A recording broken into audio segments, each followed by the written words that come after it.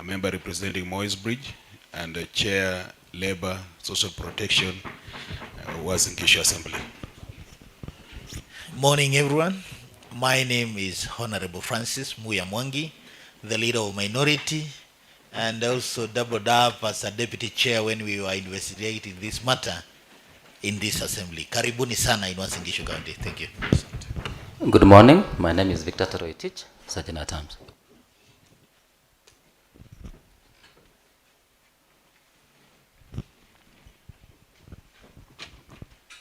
Okay. Let me have the senators to introduce themselves, starting from my extreme right, coming towards me.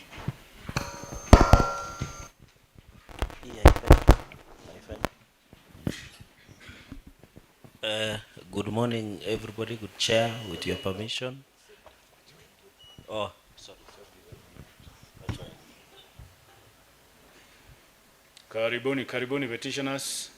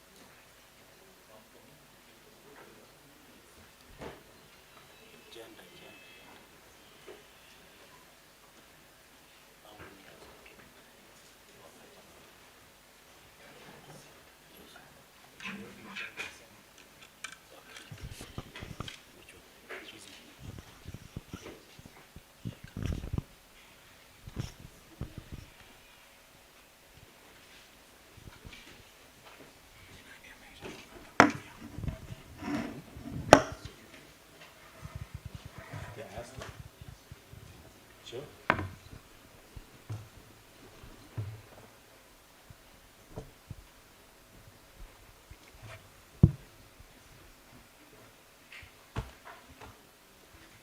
All right. We had started introducing ourselves from the Senate side. We were done with Uasin Gishu.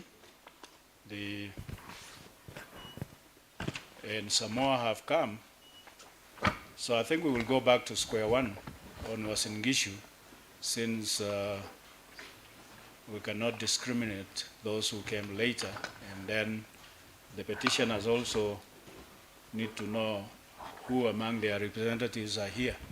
So let's start again, Mr. Leader Majority.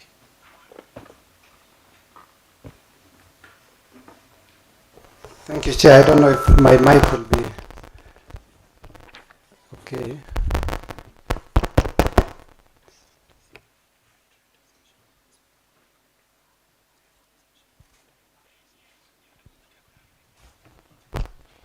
Okay.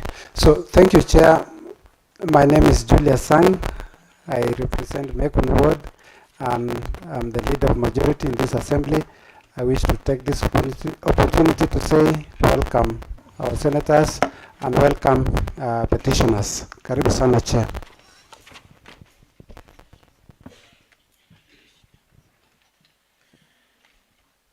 Good morning, everybody. I'm Honorable Thomas Yego, representing Tarakwa Ward, member to Labor and Social Protection Committee. Feel welcome. Thank you. I'm Honorable Gilbert Koskei, member representing Yaptiret Kipchamo. Welcome. Morning, everyone. My name is Honorable Sarah Abdi, nominated, and I'm a member to this committee. Thank you. Good morning. My name is Vivian Rongoye, Clerk Assistant Labor Committee. Good morning. I'm Honorable Patrick Kimele Kimayo, a member representing Moyes Bridge, and also the Chair, Labor, Social Protection, Uasin Gishu Assembly. Good morning, everyone. My name is Honorable Macrina. representing gender, Uasin Gishu County, member to this committee. Welcome. Good morning, everyone. My name is Honorable Francis Muya Mwangi, the leader of minority. I represent the great people of Langas Ward. And when this matter was in this assembly, I doubled up as a deputy chair. Karibuni sana Senate and the petitioners. Karibuni. Morning, everyone. My name is Honorable Rhoda Chelagat. I represent gender, Uasin Gishu County. Feel welcome to all of you. Thank you.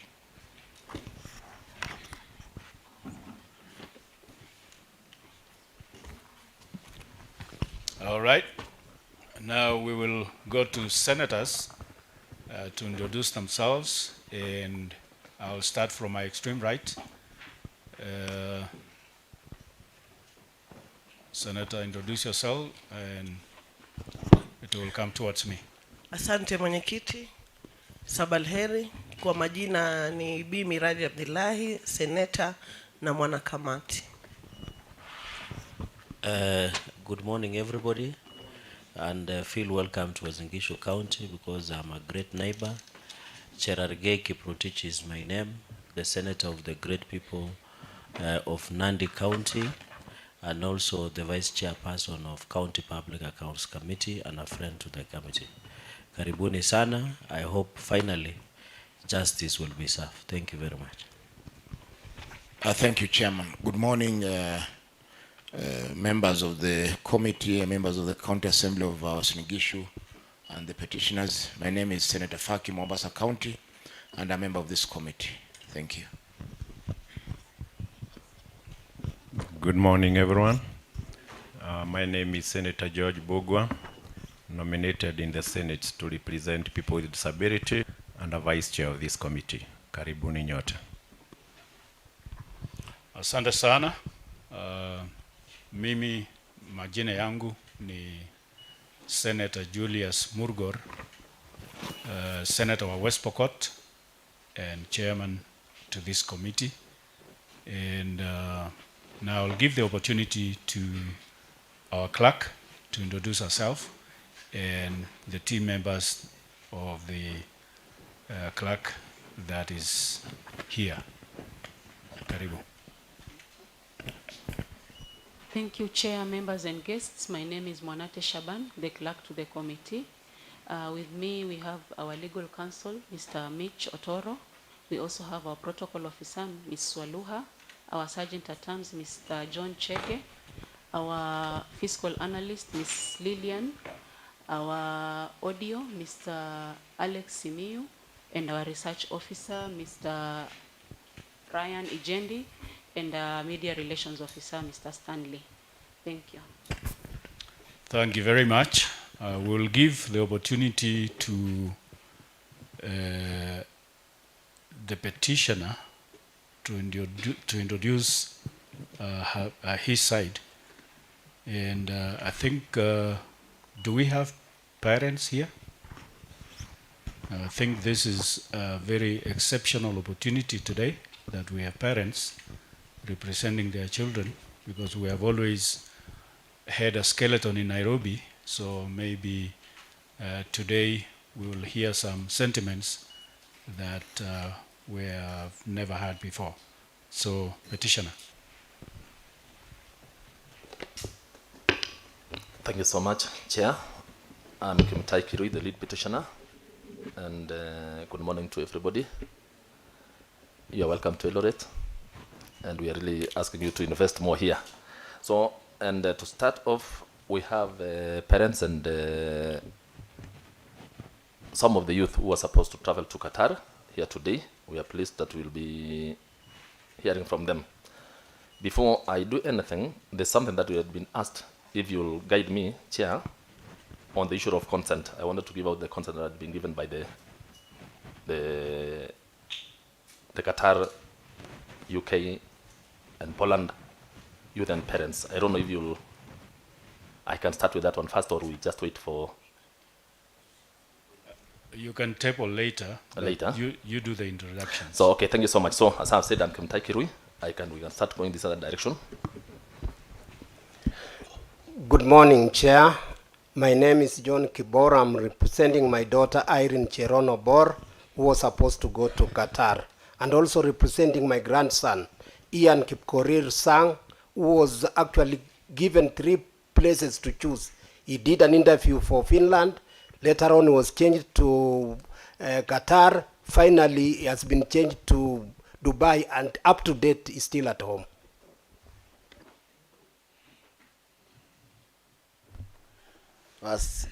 Mjamboni, waheshimiwa wote. Kwa majina mimi naitwa Lagat Christopher Londro. Mimi ni mzazi wa watoto wawili wa Qatar. Same Boiro and Chebet Lagat Veres. Mimi nakuja mahitaji ya pesa.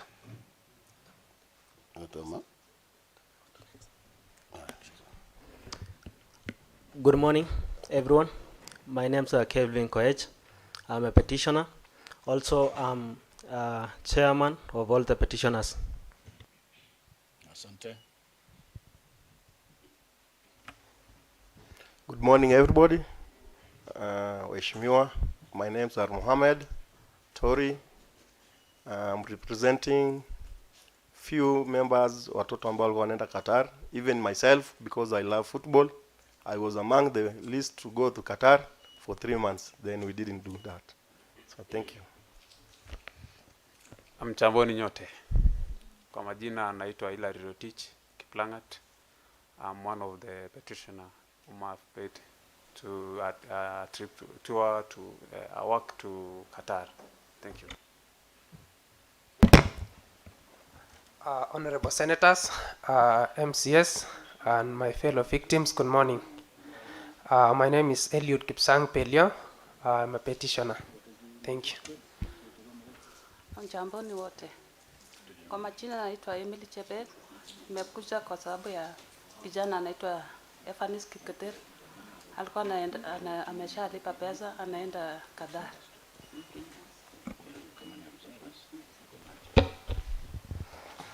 Mheshimiwa Speaker, waheshimiwa Senators, waheshimiwa MCAs na petitioners wenzangu, amjambo. Kwa majina naitwa Sebastian Rono, mimi ni petitioner. Hi everyone. My name is Elias Kipta, petitioner. Mimi naitwa Ruben Chepses Arab Koech, petitioner. Thank you, Chairman. Senators, waheshimiwa MCS na fellow petitioners. My name is Elvis, petitioner. Thank you. Good morning, everyone. My name is Rost Biachep Kirui. I'm a petitioner from Nandi. Ningependa kuwasalimu nyote waheshimiwa na wazazi katika jina la Yesu. Mimi ni mzazi wa watoto wawili, Emmanuel Kipchirchir na Sheila Chepichi, wenye wangeenda Qatar na wachaenda wako nyumbani.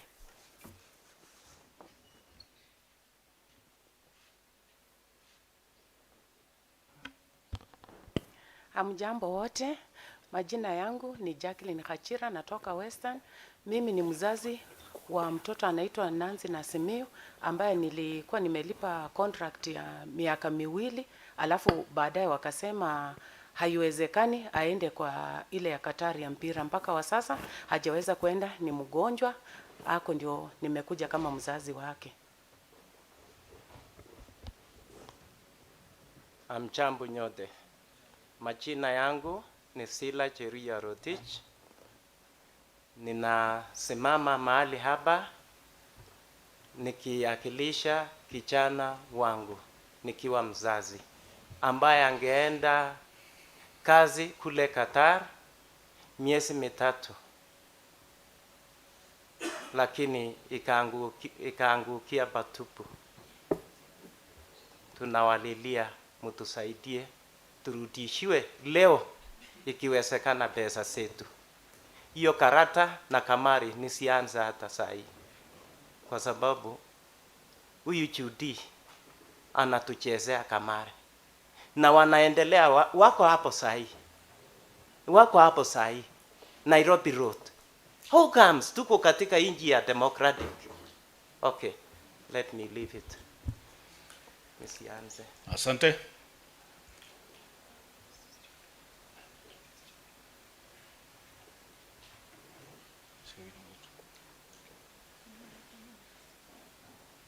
Kuna mwingine amebaki?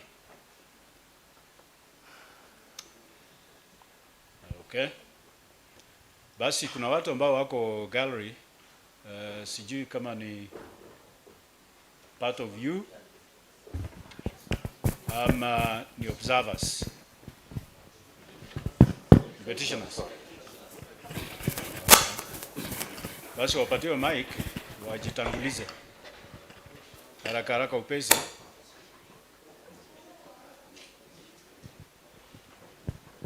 Okay, senators, MCAs, the speaker, Uasin Gishu County. My name is Pauline Ambaka.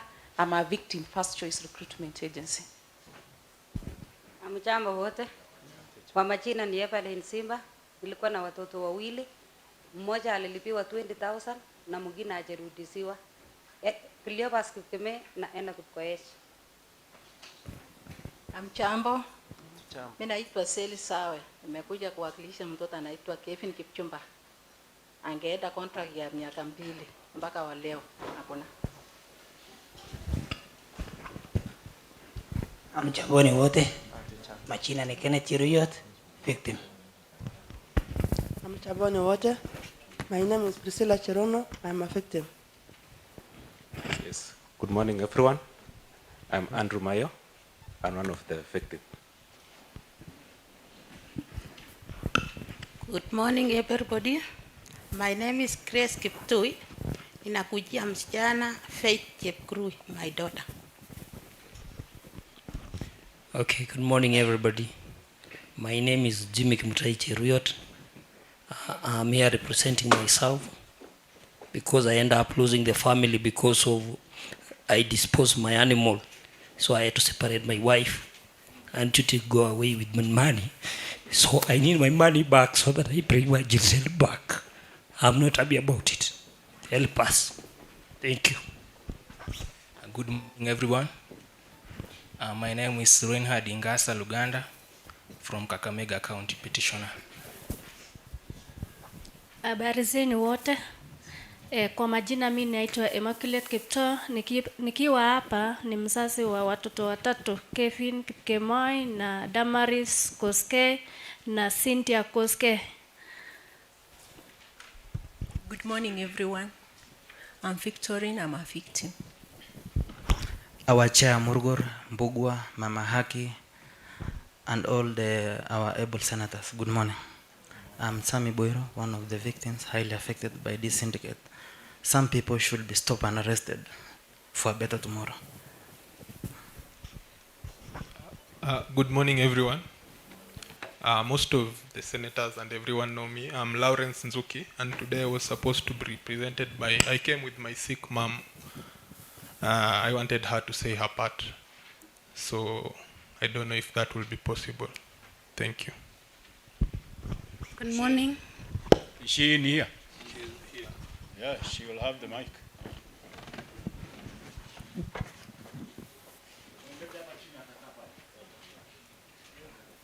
Good morning.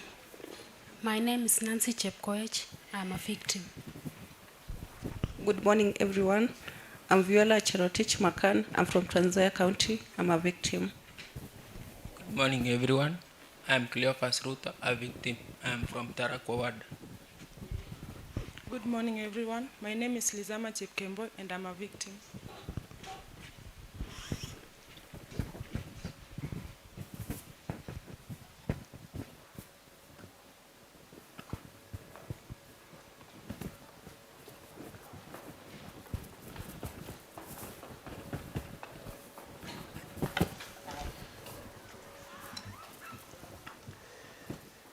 Habari zenyu wote. Kwa majina naitwa Resla Makoha, mzazi wake Lawrence Nzuki, who is suffering there.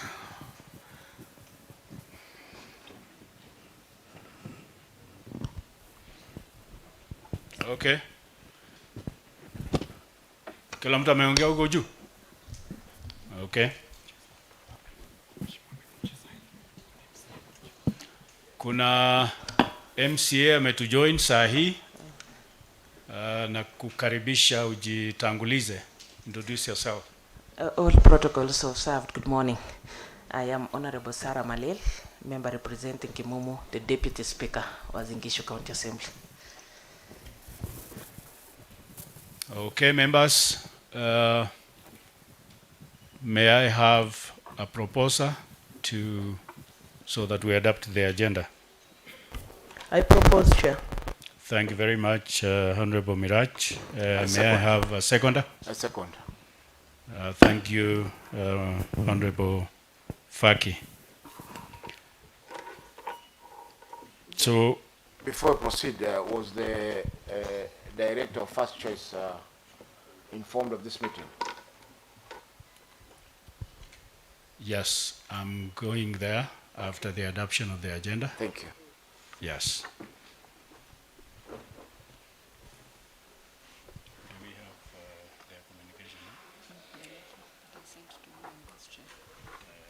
Didn't appear.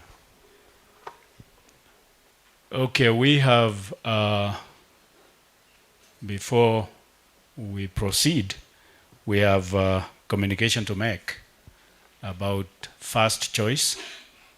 And so I will let the clerk take us on that.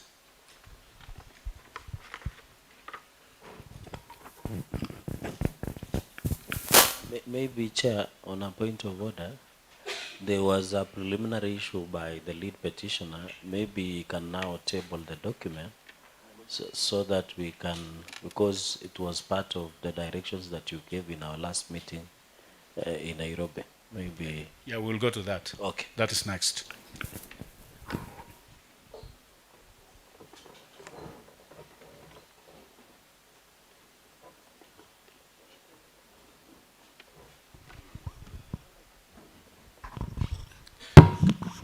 Thank you, Chair and members. The committee received a letter from the lawyers of the First Choice Limited yesterday from Kenei and Associates Advocates, and they stated that in their letter they were responding to the invitation to the meeting, and they responded that they note that the meeting has been scheduled for 17th August 2023, but unfortunately their lawyer, Mr. Kenei, who is personally in conduct of the matter, will not be available.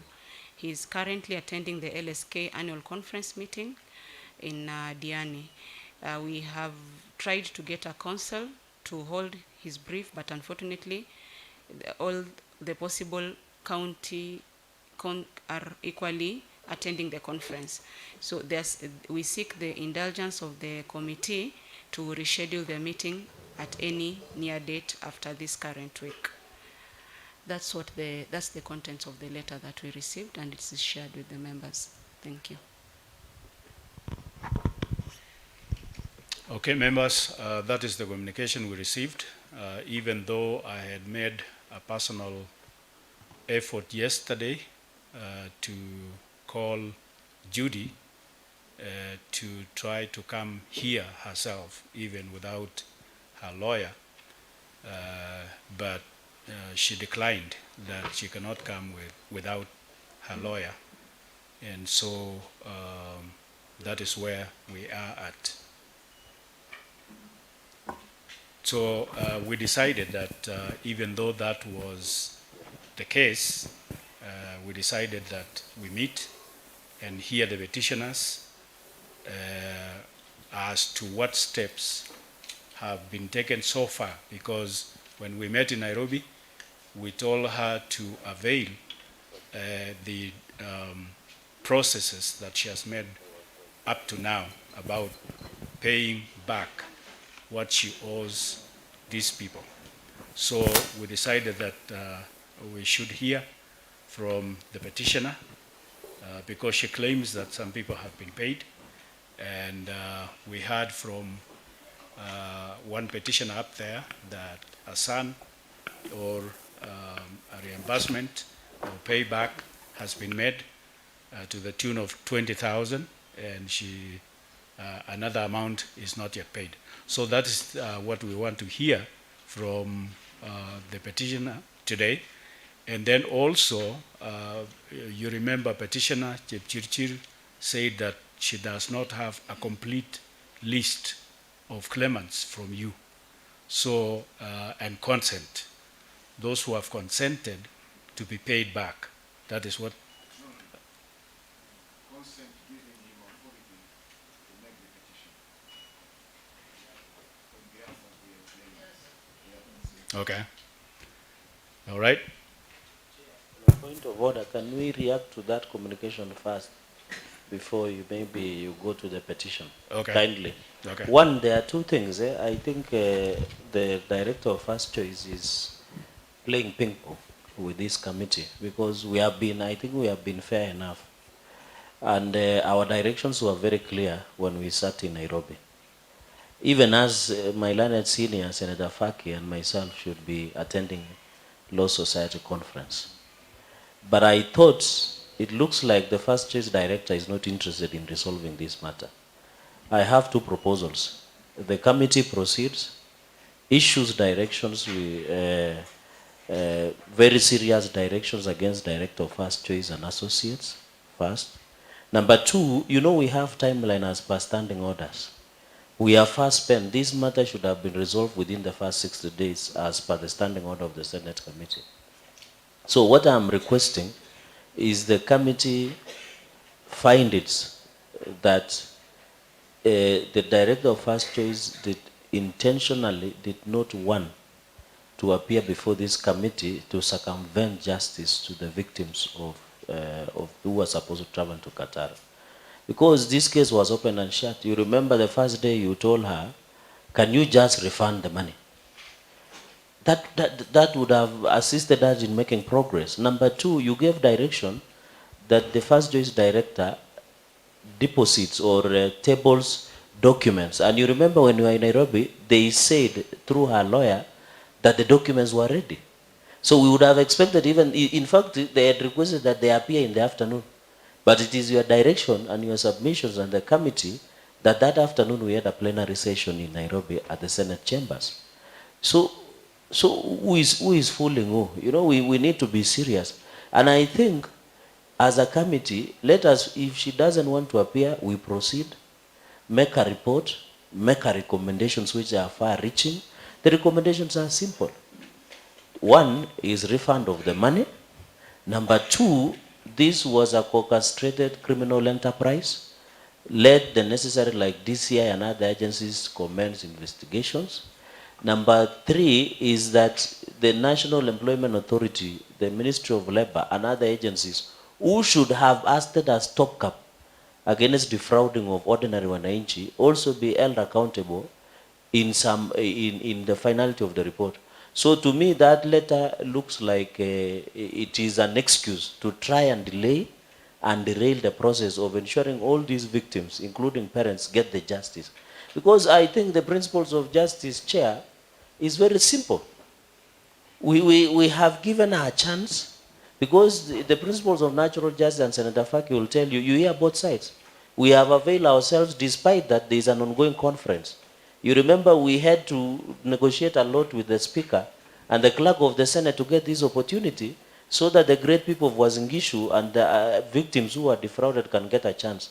So I think, in my own opinion, that letter should not go on record of the committee.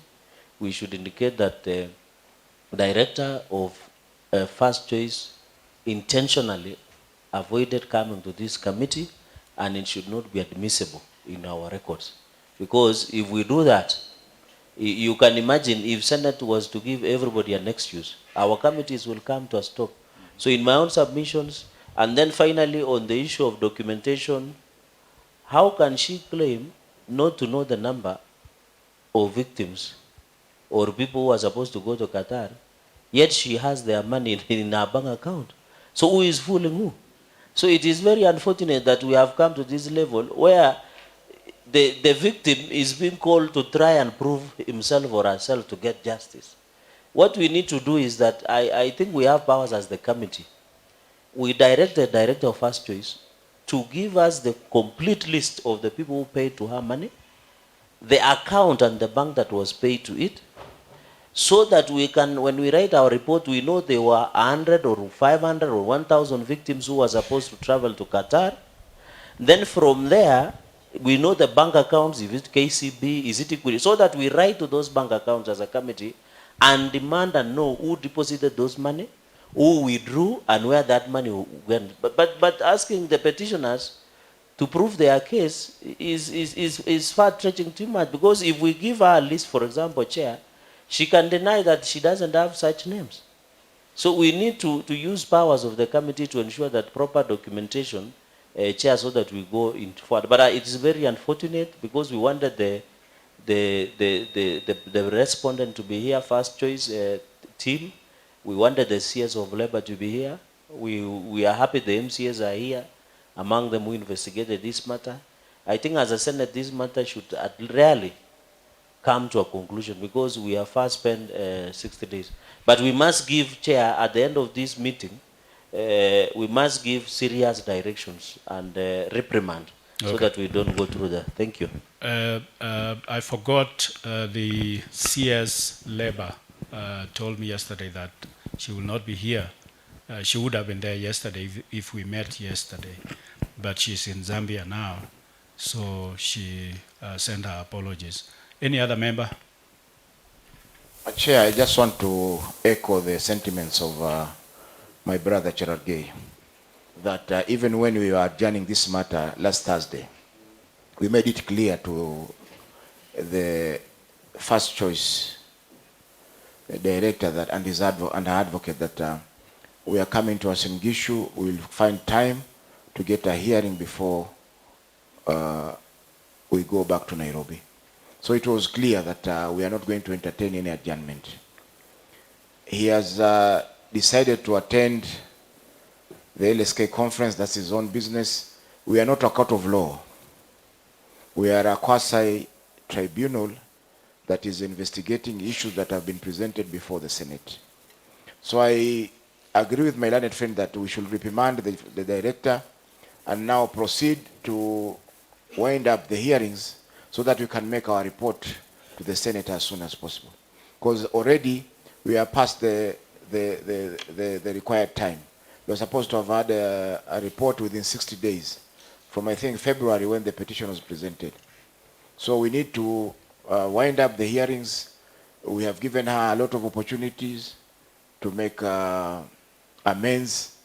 We even advise her to pay as we hear the petition, so that by the time the petition is concluded, he will have cleared all the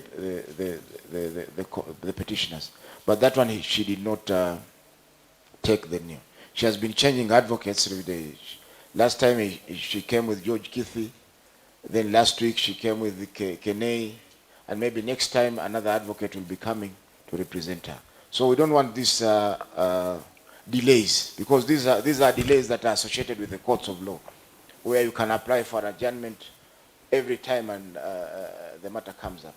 Here we have specific timelines. We need to make our report so that the speaker does not reprimand the committee for failing to comply with the standing orders. So, Chair, we need to conclude this hearing. Maybe what I would suggest is that we hear the petitioner and maybe those who have, a few of those who have children, because we have already had most of the petitioners who came to Nairobi. And the idea was for them to present. He has presented the list of the petitioners. If there are any that maybe she didn't have any money or she didn't collect their monies, that's her own problem, because we know those are the ones who are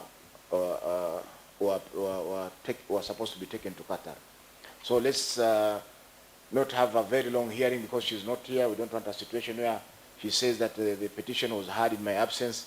We just sample the people who are here, and then we conclude the hearing. We retreat to do our report. Thank you, Chairman. All right. Any other member? Mwenyekiti, niweze kukubaliana na waheshimiwa wenzangu kwamba muda haupo upande nasi, na nimetamaushwa na kauli ya mzazi mmoja hapa. Amesema hapo Nairobi Road bado Madam madam anaendelea kurecruit watu, na ni mimi kwa kauli yangu, hawa petitioner watakuwa mashahidi zangu ya kwamba niliweza kutoa ombi langu kwa waziri na nilimuomba afanye communication publicly ya kwamba huyu mama hana kibali cha kufanya hii kazi ambayo anaendelea kulaghai wananchi wa Kenya, na ningependa clerk wangu aniongoze, labda sijui sheria, mimi ni mwanagenzi hapa na niko na wakili hapa pembeni mwangu.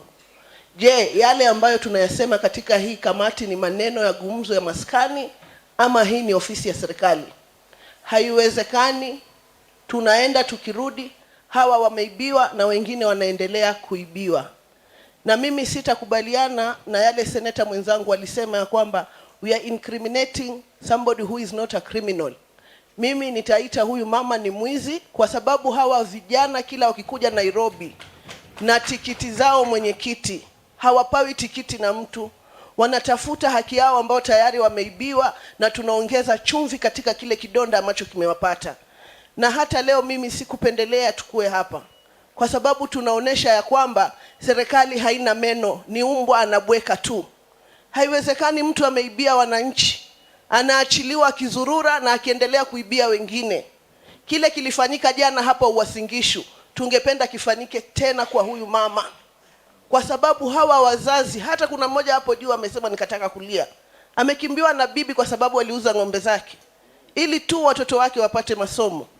Hii serikali, chairman, utakubaliana na mimi, tumezunguka tukisema tutasaidia hustlers, tutasaidia wale wako chini wapande juu.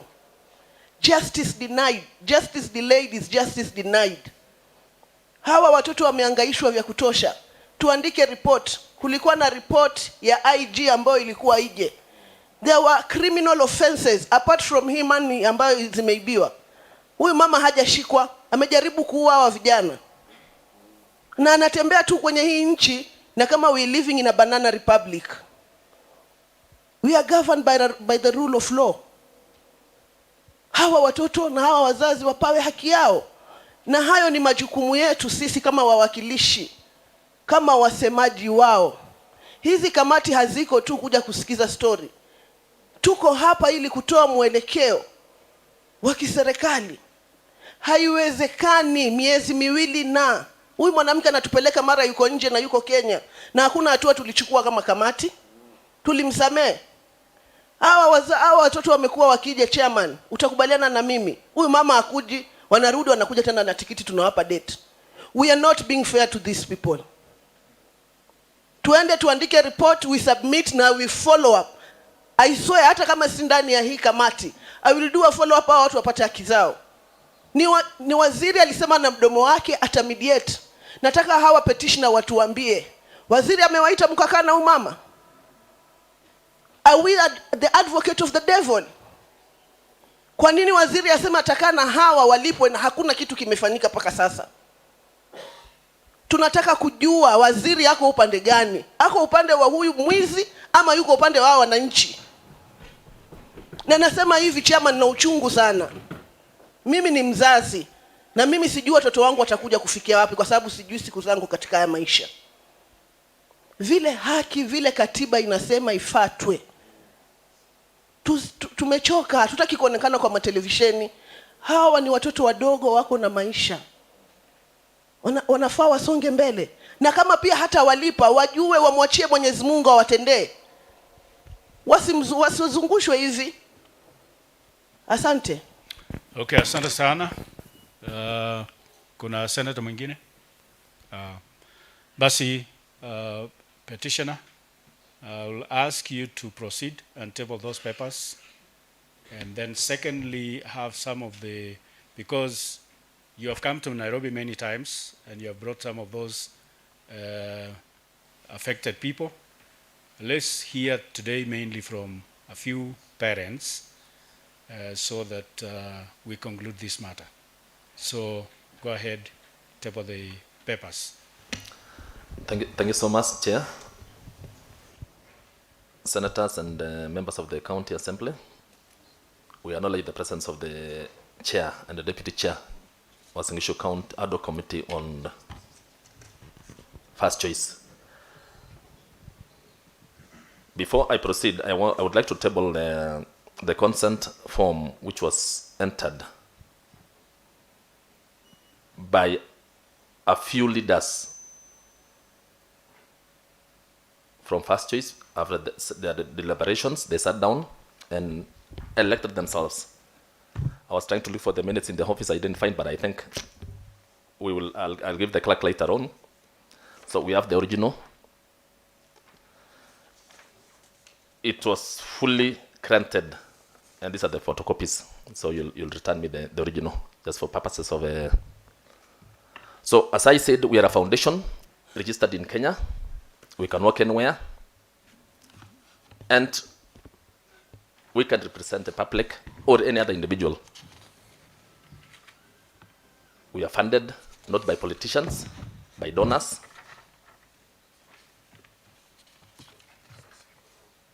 And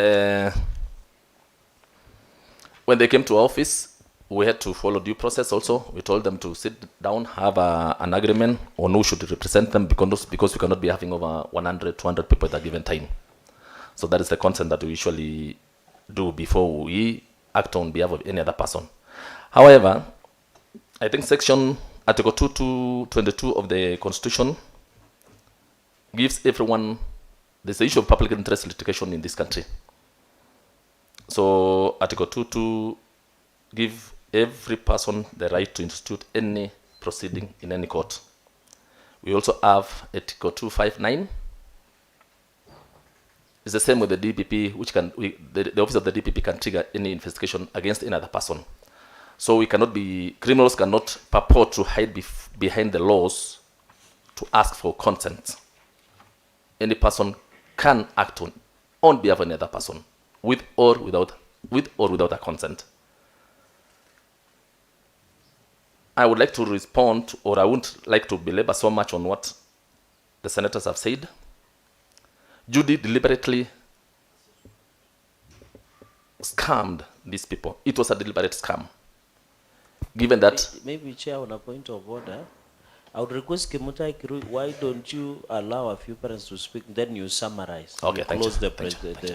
So that we can follow the way we had agreed. Okay, through the Chair, just allow a few parents to make comments and maybe a few victims, and then you summarize the presentation. Through you, Chair, thank you. Also, hold a minute. Let me have since this thing was actually hatched here, and MCAs are here who handled it before, why don't we hear something from leader majority?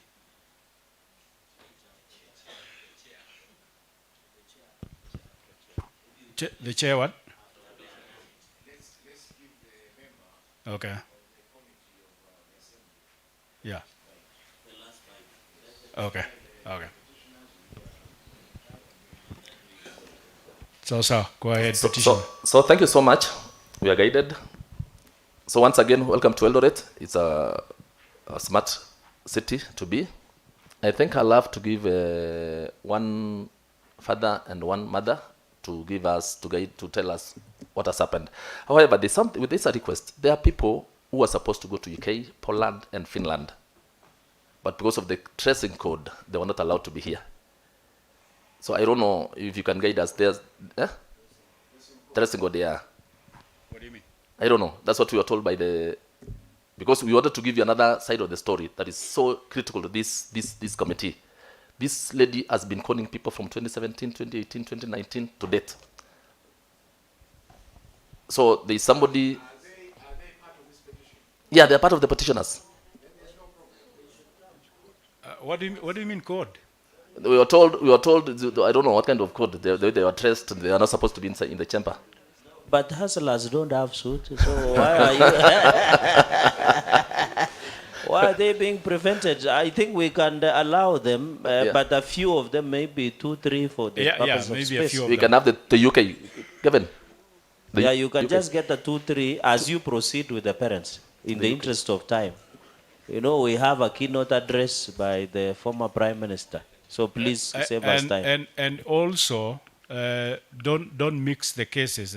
If it is the one for Mandago Group, don't bring that here. No. Yeah. I have the two cases. Mandago is a different from this one. Yeah. So we have people from UK who paid Judith, Poland, and Finland. Okay. And then some of them were transferred to Qatar. So bring just a few of them. Yeah, I think two can is okay. Yeah, two. Yeah.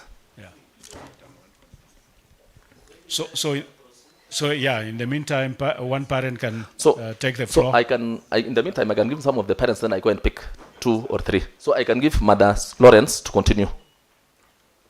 Okay. So.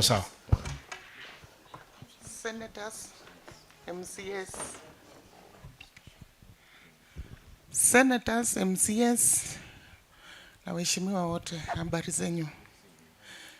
Kwa majina naitwa Reslas Makoha. Mimi ni hoka pale stage, main stage ama hoka. Kama mama niliona ni vyema at least nitoke kwa ile maisha yenye niko shida ya hawking. Nikang'ang'ana, nikajinyima, nikaenda nikachukua loan 400,000. Nikapea kijana mwenye alikuwa ametoka Kisii University, Lawrence Nzuki. Na yeye naye mwenyewe akang'ang'ana kwa mtumba, akaongeza some amount. Tukalipa kwa Judith Chepchirchir. It is now 2 years since nimelipa hii pesa. Kweli kama mama nimeumia kulipa hii pesa. Hawking. Somebody mwenye anajua life ya hoka. It is so painful. Mvua inakunyeshea, jua inakupiga, yote unang'ang'ana. This a loan that I took from Family Bank. Nikalipa Judith Chepchirchir. Na nimejaribu kumfikia, lakini ni shida. Juzi akatoa notice watu waende wachukue pesa.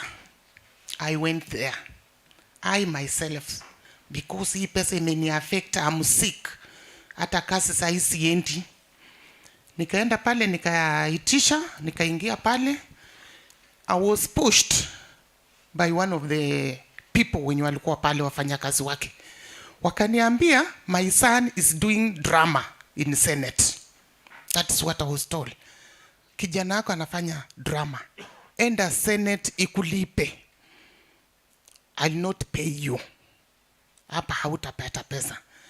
Tukiwa pale, mimi nikawambia leo sitatoka hapa unless you give me my money, because Senate sikulipa Senate pesa.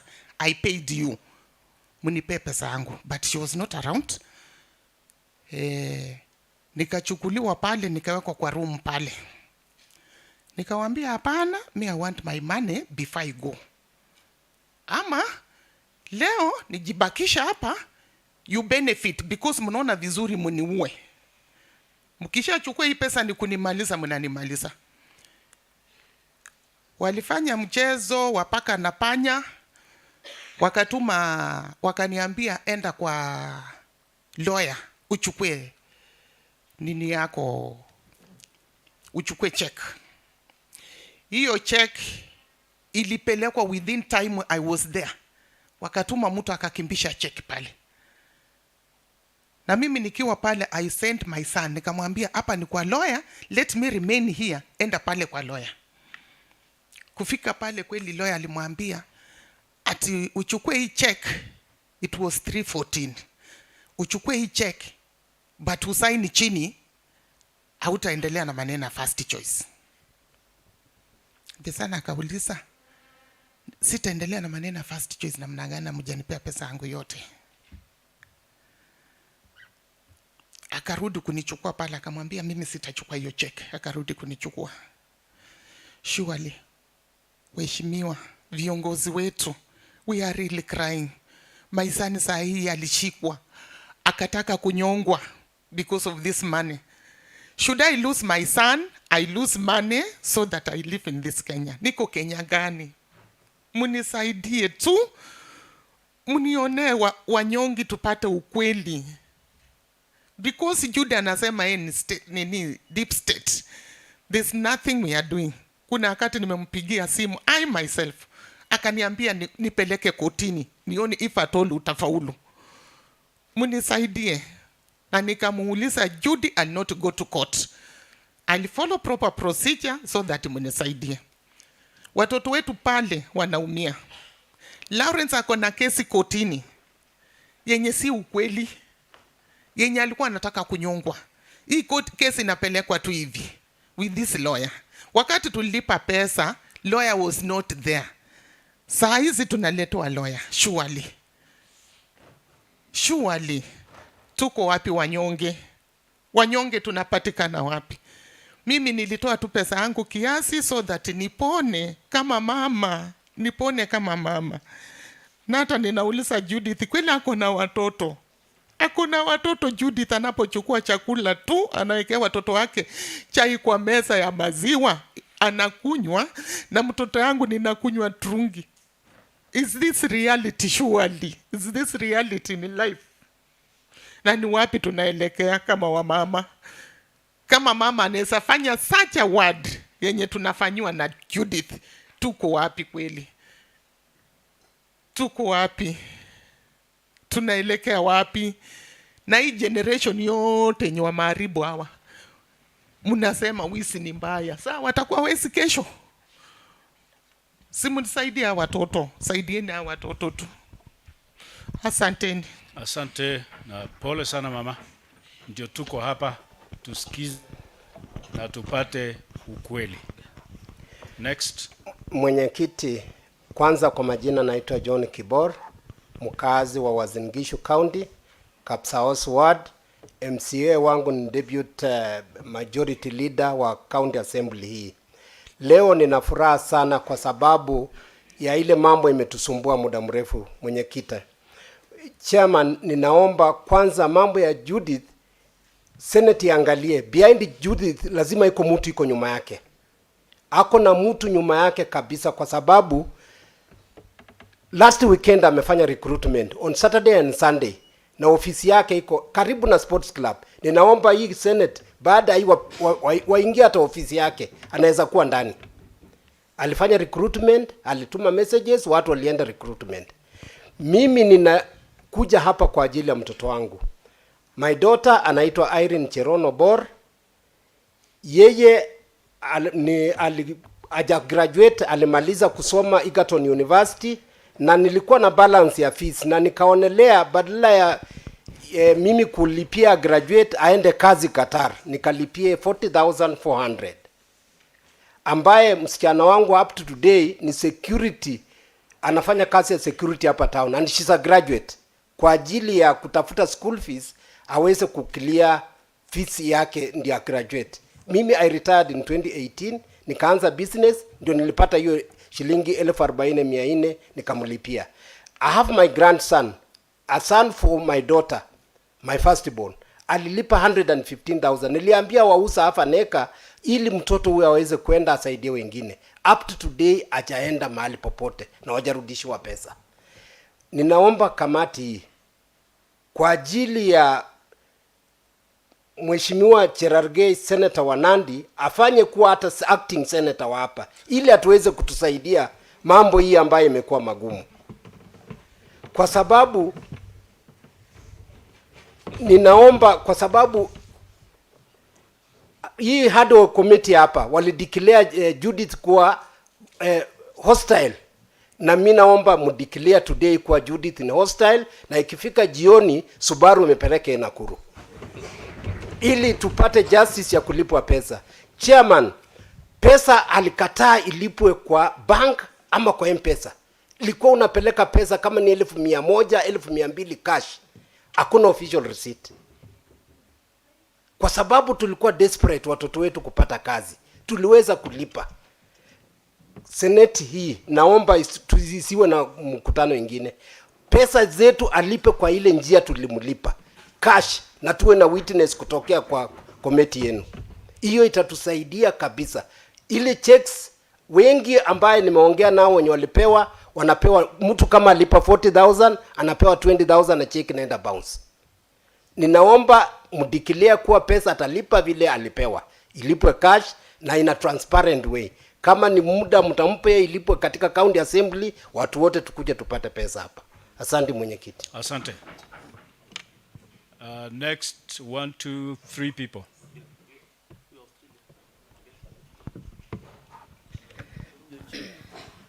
Maybe chair, I want to ask parents na wale wanaongea, kama mwenzako ashaguzia jambo fulani, usiguzie through the chair. Alafu kama uko na ile receipt na unatuambia kama ulilipa 40,000 ulikuwa unalipa kwenda wapi? Kwa mfano kama ulikuwa unaenda Qatar ama UK, ndio tupate ile mambo ambayo tumesema. Asante sana mwenyekiti. Okay, thank you. Priscilla Chepkoril. I was to go to UK through First Choice, and they gave us a course of caregiving so that you can go and do caregiving in UK. So sisi hiyo course tulifanya first, hiyo kampuni haifai kupeana, as in aina certification ya kupeana any form of education. So the first thing walitupatia course, tukafanya caregiving, tukaenda attachment, alafu process ikakuwa kila siku as in wanaitisha pesa, tunaenda tunapeana. Mzazi anang'ana, anaenda mwanzo babangu aliuza ng'ombe karibu 3 ndo nipelekwe shule, ndo nipelekwe nifanye hiyo caregiving in UK. So tukakuwa tunaitisha pesa, alafu process tukiuliza wanatuambia tu wana postpone tukiuliza the first lot, because I was among the 4th lot. We were around 5 lots, but I was in the 4th lot. Na we gave out 240,000 in cash. Nakumbuka hiyo siku hata babangu vile tuli struggle na yeye, mpaka nilikuwa nampostia online ndo tupate mtu mwenye anaweza nunua. So na tukapeleka cash na tukaandikiwa receipt. I have the receipts, ziko hapo hivyo. Na sahi tukienda kila saa wanatuzungusha. Mimi sijaandikiwa any check. My dad sahi ako sick. Hiyo kitu inaniuma mpaka sahi. Nikimwambia mimi mali niko sahi niko stuck, na I'm a degree holder in public health, but sahi niko stuck mali niko juu. Sina place ya kuenda. Hiyo ndo the only hope nilikuwa nayo ya kuenda ng'ambo. So mimi naomba please mtusaidie kabisa. Asante. Next. Chair alikuwa anataka kuenda, when were you supposed to travel to UK? Between when and when? We were supposed to go in, nilianza March last year. So we were supposed, your process tuliambiwa ita take around 4 months. Yeah. So when were you supposed to travel? Which month? September hapo. Okay. September last. 2022. Yeah. Okay. To UK. Yeah. To UK. Yeah. And we were around 100 of us. Tuko wengi sana. Alafu we were supposed to pay 1.1 million. But tulikuwa tunalipa hiyo kidogo. Mimi I paid 240,000. So the total amount, cost tukafanya 50,000, na ukiangalia kwa internet hii caregiver association ya America, it's only $49, of which sidhani hata inafika 5,000, na sisi tulilipishwa 50,000. na hii course mlikuwa mnafanya through the chair? Tulifanya online or tulifanya tu online. Tulienda kwa ofisi wakatupea tu booklet, so tulikuwa tunajisomea wenyewe, na exam tukaenda hapo hivyo tukafanyishwa exam hivyo tu. So through your chair ulilipa 240,000. So ulitakana kulipa 1.1 million ndio uende mpaka UK. Okay, the first time we were supposed to pay 450,000. Hiyo ilikuwa ni as in it was not ilikuwa si a duration long. Ya permanent ndo tukaambiwa tulipe 1.1. Hiyo ilikuwa ni contract tu ya 6 months, ndo tulikuwa tunafaa tulipe 450. But aka change contract eti tutaenda ya 3 years ndo tulipe 1.1 ya kukaa, yani hiyo muda mrefu. So mzazi hapo ataona definite, wacha ning'ang'ane nilipe 1.1 ndo mtoto wangu aka hiyo period. So through your chair finally hiyo contract muliona, mulisign ama mlikuwa mnaambiwa tu? Okay, tulisign. Kuna contract ulisign? Ulibaki na copy? Okay, asante mwenyekiti. Alafu pia tulifanya medicals. Test. Tulifanya medical test. kitu ilitushangaza kwa ile laboratory yake ama ya referral? Kuna lab tulipelekwa iko hapa Rupa Mall nyuma.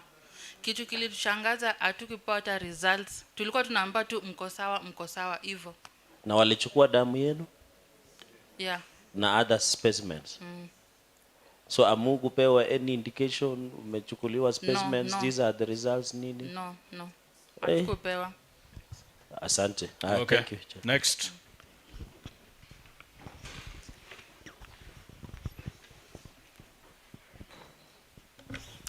Hamjambo wote. Jambo. Jinsi nilivyosema, mimi natoka Western. Mimi naitwa Jacqueline Hachira kutoka Western. Lakini nilizaliwa hapa Uasin Gishu. Ndiposa nikakuja kwa sababu nilikuwa najua hiyo first choice. Niko na msichana wangu first born ambaye alifanya form 4 2016. Ni msichana mzuri, akawa amekaa nyumbani akasema, mama nitakusaidiaje kwa sababu mimi ninaishi tu kwa point moja. So mimi nikaongea na mzee, alikuwa na pikipiki yenye inatusaidia kwa nyumba yetu tukule. Na nikawa na ng'ombe moja yenye mimi huenda tu kwa hii miganda ya wamama, nikawa nimenunua njao, imekuwa ng'ombe, mzee akinisaidia. So ilipofika wakati huo, nikamwambia mzee, ni heri tuuze ili huyu msichana asaidie wale wadogo kwa sababu wewe hauna kazi, pia mimi nimekaa tu, hatuna mbele wala nyuma. Mzee akakubali, akawacha hiyo pikipiki na ndio alikuwa anatuletea unga wa kila siku ili tupate na tukule. Tukauza hiyo pikipiki na nikauza hiyo ng'ombe. Nilipokuja first choice hapo, nikaambiwa kuna kazi ya kule Qatar ya miaka 2. So tulikuja na mtoto wangu, nikalipa, wakaniambia atafanya kwanza medical ambayo nililipa shilingi 10,000 registration ikiwa na receipt ile original iko hapa. Ikawa shilingi 5,000 kujiandikisha, shilingi 5,000 ya kupimwa. Mimi mwenyewe nilikuweko, nilileta mtoto maana ya ajue Eldoret vizuri. Alienda akapimiwa pale ukiruka barabara upande ule mahali wenzangu wanasema. Akatolewa damu, alafu wakamwambia watamtumia result baadaye. Lakini walisema alikuwa sawa, lakini mimi si kuonyeshwa chochote. Alafu tukarudi, wakampigia simu. Wakamwambia alete alipe, nilikuwa nimeambiwa 150. Nikaambiwa kama niko na pesa nusu nipeane hiyo, alafu nipeane title deed. Lakini katika ile shamba yangu point moja sikuwa nimepata title deed. Hata nikaenda kwa mzazi wangu, baba yangu kule Kakamega, akanipea title deed, lakini nikaogopa kuileta kwanza. Nilipokuja nilileta zile pesa, tulikuwa tumeuza pikipiki na ng'ombe moja, nikakuja nikalipa hapo. Nikalipa 75,000 ziko hapa. So hii niko na receipt yenye nilipewa huko. Sasa ikawa 85,000 yote. Ile 10 ya kujiandikisha, ile 5 ya kujiandikisha na 5 ya kupimwa. Na nikalipa 75,000. Hapo tu kwa ofisi yao hapo ndani, cash money kwa mkono. Alafu wakaniambia enda, tutakuambia kama kazi iko. Hiyo ilikuwa wakati nililipa hii 75,000, ilikuwa mwezi 2022 February tarehe 7 ndio nililipa hiyo. Ya medical ilikuwa tarehe 24 Januari 2022. So nikawa ninawafuata, kazi yenyewe ijapatikana. Ilifika mahali wakaanza kutangaza hii ya kwenda kwa mpira Qatar, wakaniambia kazi ya wasichana saa hii haipatikani huko sababu nilikuwa nalipa ya 2 years. So wakaniambia itabidi ubadilishe uingie kwa hii ya kwenda Qatar. Nilipouliza Judy, nikampigia simu, nikamuuliza na pesa zangu ikiwa mtatoa hizo 40,000 mtanirudishia hizi kwa sababu hizi pesa sasa nimeona mzee anaanza kunileta. Aliniambia huwa tunarudisha, wacha tu mtoto aende alafu tutakupea. Nikangoja, sioni mtoto akienda. Yenyewe nikisema mbele yenu ya kwamba mimi sikai na mzee sahi. Mzee alinifukuza akaniambia umefanya watoto yangu wadogo hawakuli sababu ya kupeleka pesa yako kule Uasin Gishu. Mimi ninaishi sahi kwa shida, nikirudi nyumbani siwezi ingia kwa sina mama, nina mama wa kambo, siwezi kaa, ninaishi tu kwa watu wa familia. Msichana yangu ni mgonjwa ako kule Kakamega, akaniambia mama, sasa ndoto yangu imeisha. Nimejaribu kuvumilia kama msichana, nikae ili nikusaidie na nisaidie watoto wetu. Lakini mateso yenye imenipata, wacha tu nikae. Sasa nimeharibu ndoto ya huyo msichana. Nyumba yangu imebomoka kwa sababu ya mambo ya Judy. Nimeishi tu nikihangaika maisha ya kwa shangazi, kwa mjomba, hivyo. Nilikuwa nikipiga simu hata kwa huyu nini wake admin. Ananiambia mama, tutakutumia pesa kwa simu. Nikamwambia niko na mtoto wa class 8. Anataka naenda asome na mimi maisha yangu imeharibika. Kweli mimi na hii miaka yangu 50 na karibu na 5. Mimi ninaweza enda wapi saa hii? Ninaweza enda kutembea wapi? Ninaweza enda kuishi kwa nani saa hii? Kweli kabisa nimebomoa nyumba yangu. Mzee hataki kuniona, hana kazi, anatembea kwa miguu kwa barabara. Watoto wangu wameharibika. Niko na mtoto alipita. Nikasaidiwa tu na nini governor wa huko Lukuya nini Kakamega. Yaani MP wetu akiwa Kibunguchi wakati huo, akanisaidia, mtoto akaenda university Masinde Muliro. Saa hii sina mbele wala nyuma, huyo mtoto wako nyumbani. Niko na mtoto form 1 aliitwa Nangili Girls, Moi Nangili. Sina mbele wala nyuma wapendwa. Ninalia ni kwa nini huyu mama mwenzangu amefanya tuteseke, wa mama wa rika yetu tutembee kwa barabara. Sina ng'ombe, sina pikipiki ya kuletea watoto unga, niko ninateseka. Nimekuja tu nikaambia mtoto wangu, nimetembea kwa hiyo ofisi nikachoka, lakini nimekuja mbele yenu. Mnisaidie kwa sababu huyo ni mtoto msichana, amewaza sana. Hata ameniambia mama, hata sitaweza kutembea nifike huko. Kwa kweli Judy ametuangamiza.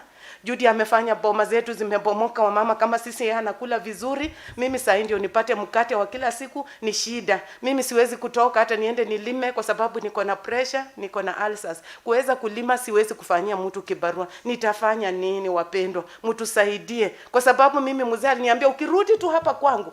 Hata nimempigia simu nikamwambia ninaenda, nimetoka kwa shangazi yangu. Ukirudi urudi na pesa mkononi, pesa zangu ningekuwa nasomesha hawa watoto wengine. Pikipiki umefanya niuze.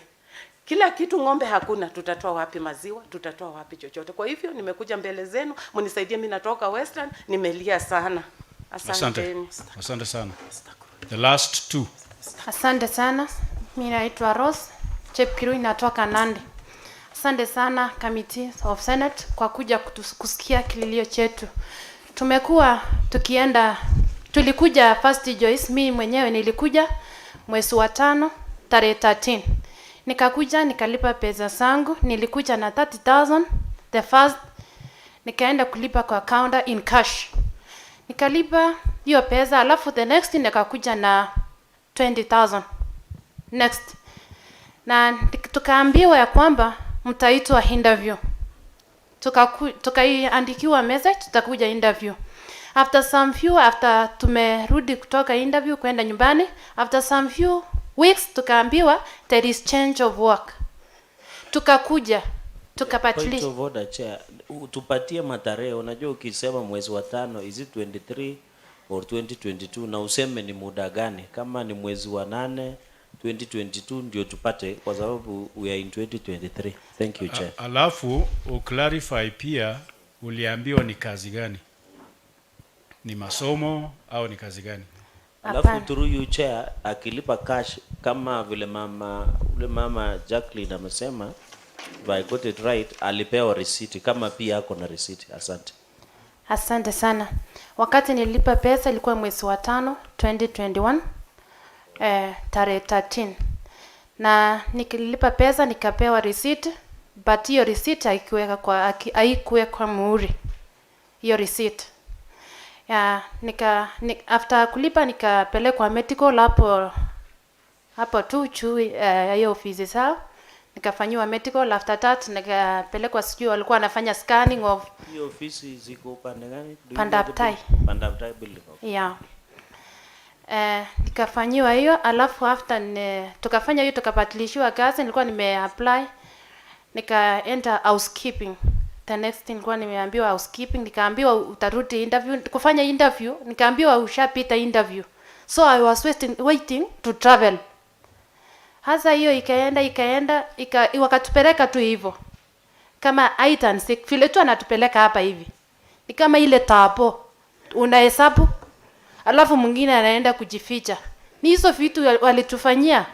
Kama sasa hivi anaandika barua hapa ati lawyer ameenda. I remember the last time MCA, sijui jina yake nimesahau, the one mwenye anakaa huko kwa kona, akasema hapa sio kotini ndio tunaletewa lawyer, na hapa sio kotini.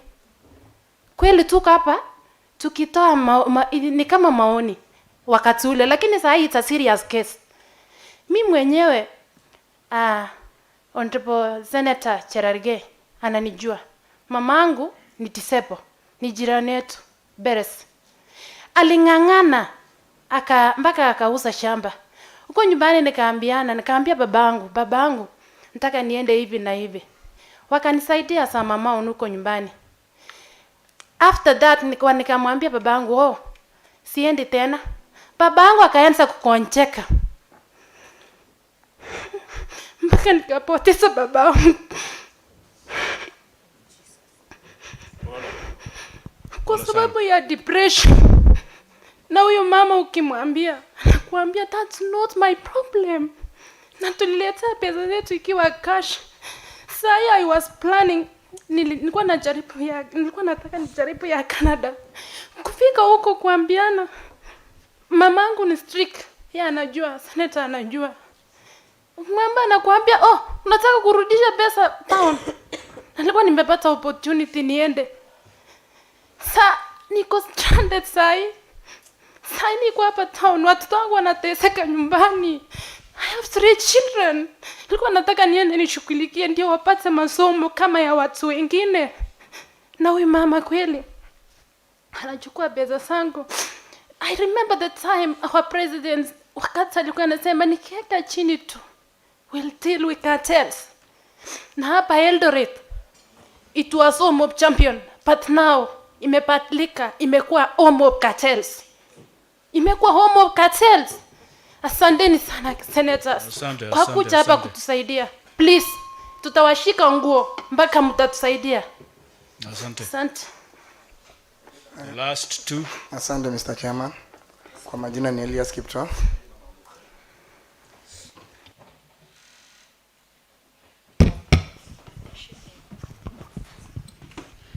Ningependa tu niwasalamia nyinyi wote katika jina la Yesu. Mimi naitwa Grace Korir. Nililipia mtoto wakisema anaenda UK. Mara wanamuita aende Nairobi ati mtihani. Mimi sina mse. Aliaka. Ninang'ang'ana, ninamlipia, nililipa 250. Lakini hakuna siku mtoto ameenda. Hiyo ndio nasikia uchungu sana.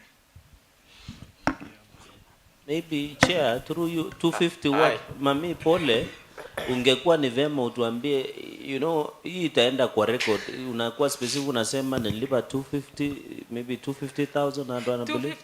Tarehe ngapi ulipata risiti, alitakana kwenda wakati gani? Ilikuwa inatakikana aende mwaka jana. Tarehe ngapi, mwezi gani? Mwezi wa 8. Na ulilipa hizi pesa tarehe ngapi? Nililipa ilikuwa tarehe 15 of mwezi wa 4 2022. Aya. Na ulipewa receipt na hii kampuni? Nilipewa. Okay. Lakini mtoto ameenda Nairobi karibu mara kadhaa wakisema ati aende afanyie Nairobi. Amefanya attachment ya caregiving. Mtoto anaitwa Elvas Kiptoo. Na alikuwa aende wapi? UK. Sasa nasikia uchungu. Nimelipia mtoto na sina mzee. Baba yake alihaka, lakini sasa pesa yenye ninang'ang'ana mpaka nipate. Ninasikia uchungu sana. Pole mami, ya mwisho nataka alipe. Uko na risiti? Niko nayo sote. Okay, asante. Majina sangu ni Sila Cheruya Rotich. Mimi ni mzazi wa candidate Emmanuel Kimngetich Rotich. Ninatoka Uasin Gishu County. MCA wangu nafurahi nimemwona yeye hapa, rafiki wangu MCA Honorable Julius Ongok, asante kwa sababu uko mbele kwa kazi za watu wako. Hii cartel, huyu company ya Judy First Choice Consultancy Agencies, mara ya kwanza mwaka uliopita alisambaza kutangaza biashara zake kote karibu Rift Valley ama Kenya nzima. Even I am surprising. Kazi za DCI muko wapi? Kazi za DCI hivi sasa, hata tunapoongea hivi sasa anaendelea. Ninamunga mkono Honorable Madam, remind the audience, vile alisema anaendelea sasa Judy na kampani yake hapa Nairobi Road. Hata mkitaka niwapeleke mimi mwenyewe. Tumekuja njia ndefu kutoka mwaka uliopita mpaka saa hizi hivi. Hapo mafichoni hapo, baada ya kutoroka kwa katikati ya taoni ya Eldoret hapa Pandaptai, vile wenzangu wamesha sumulia, walikuwa wameekesha hapo ghorofa namba 3 mali walitu recruit kijana yangu angeenda hii ya 3 months World Cup, na nikalipia pesa 40,000.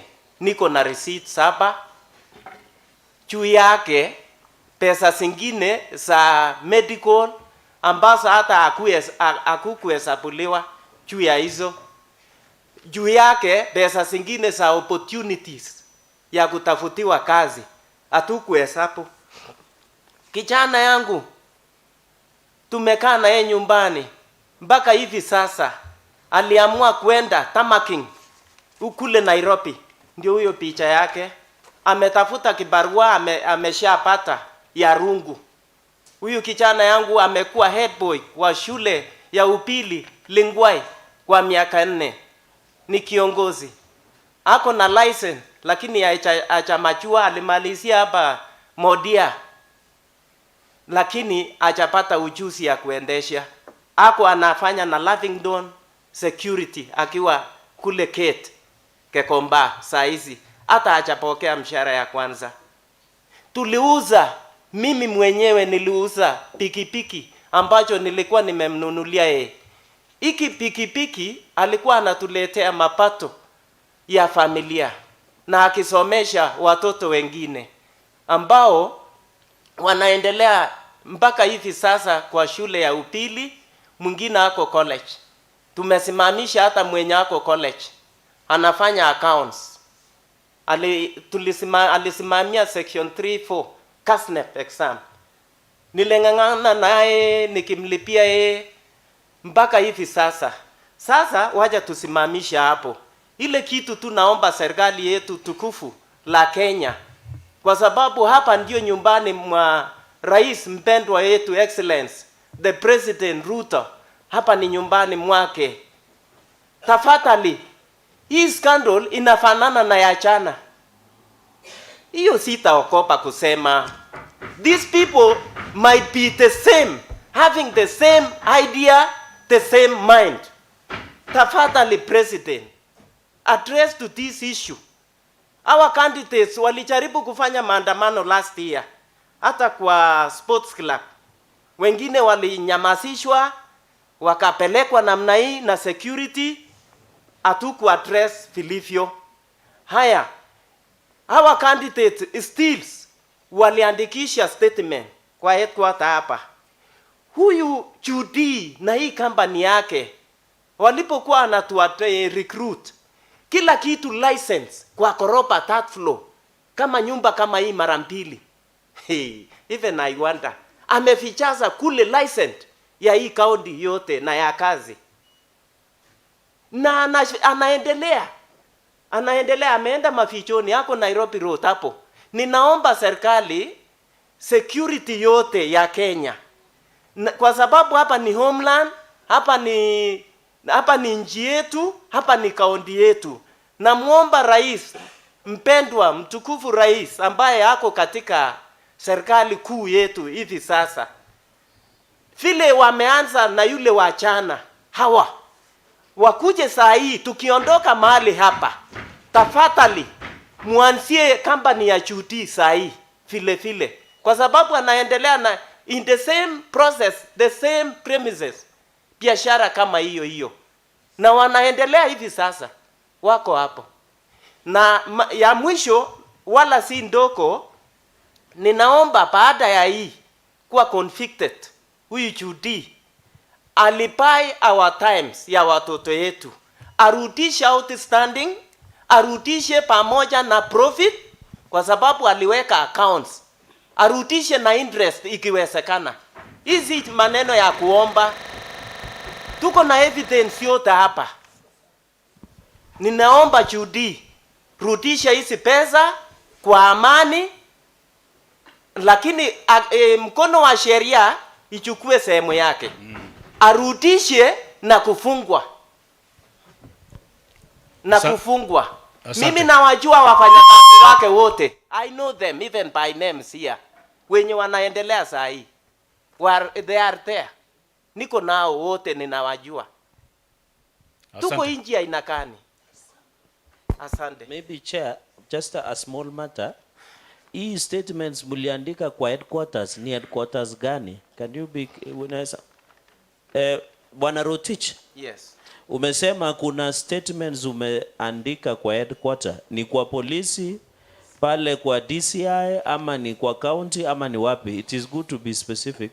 Hizo statements unasema muliandika wapi? Waliandika kukiwemo candidate, lakini kijana hako away now. Okay. Muliandika statements wapi? DCI. No, nataka yeye ajibu, wacha ajibu. We are not, sasa ndio ukue clear, kwa sababu ukisema uliandika statements kwa headquarters ni mingi. Je, uliandika kwa polisi? Waliandika kwa DCI. Correct. Yes. Hapa DCI upande gani? Hapa Nairobi ama hapa Eldoret? Hapa Eldoret, lakini I don't wacha nitaenda kuangalia specified, kwa sababu kijana yangu alikuwa. Lakini wameandika statement kwa polisi. Wameandika. That is enough. Yes. Thank you. Thank you. Sawa. Hiyo ilikuwa ya mwisho ama kuna ya mwisho? Kuna ya mwisho. Okay. Anene. Asante Mr. Chair. Kwa majina ni Elias Kipto. Mimi nililipa pesa First Choice. First Choice mwezi wa 3 last year. Walikuwa wanasunguka wakitangaza wanapeleka watu Qatar. Mimi nilikuwa Aselato, nilikuwa naendesha pikipiki town. Nikaamua kuuza pikipiki, nikuja nilipe First Choice. Nikauza pikipiki 30,000 na nikakuja nayo pesa yote cash. Nikaenda nikalipa mwezi wa 3. Nilikuwa bado nadaiwa 10,000. After kulipa nikaambiwa tunafaa twende in the next 1 month. Tarehe 6 mwezi wa 4 tunafaa twende. Na sikuwa nimepata 10,000, nikaamua kwenda Nairobi hustling. Kwenda Nairobi sikupata hiyo pesa in that time. Wakanipigia wakaniambia kuja fanya interview ya security, kazi ya kwanza nimepatikana. Juu ya kutopata kazi, hakuna kazi sasa ungeitwa ukose. Mimi nilifanya interview 13 First Choice. Nikaanguka moja ya supervising. Nikapata interview yote. Interview ya kwanza ilikuwa security.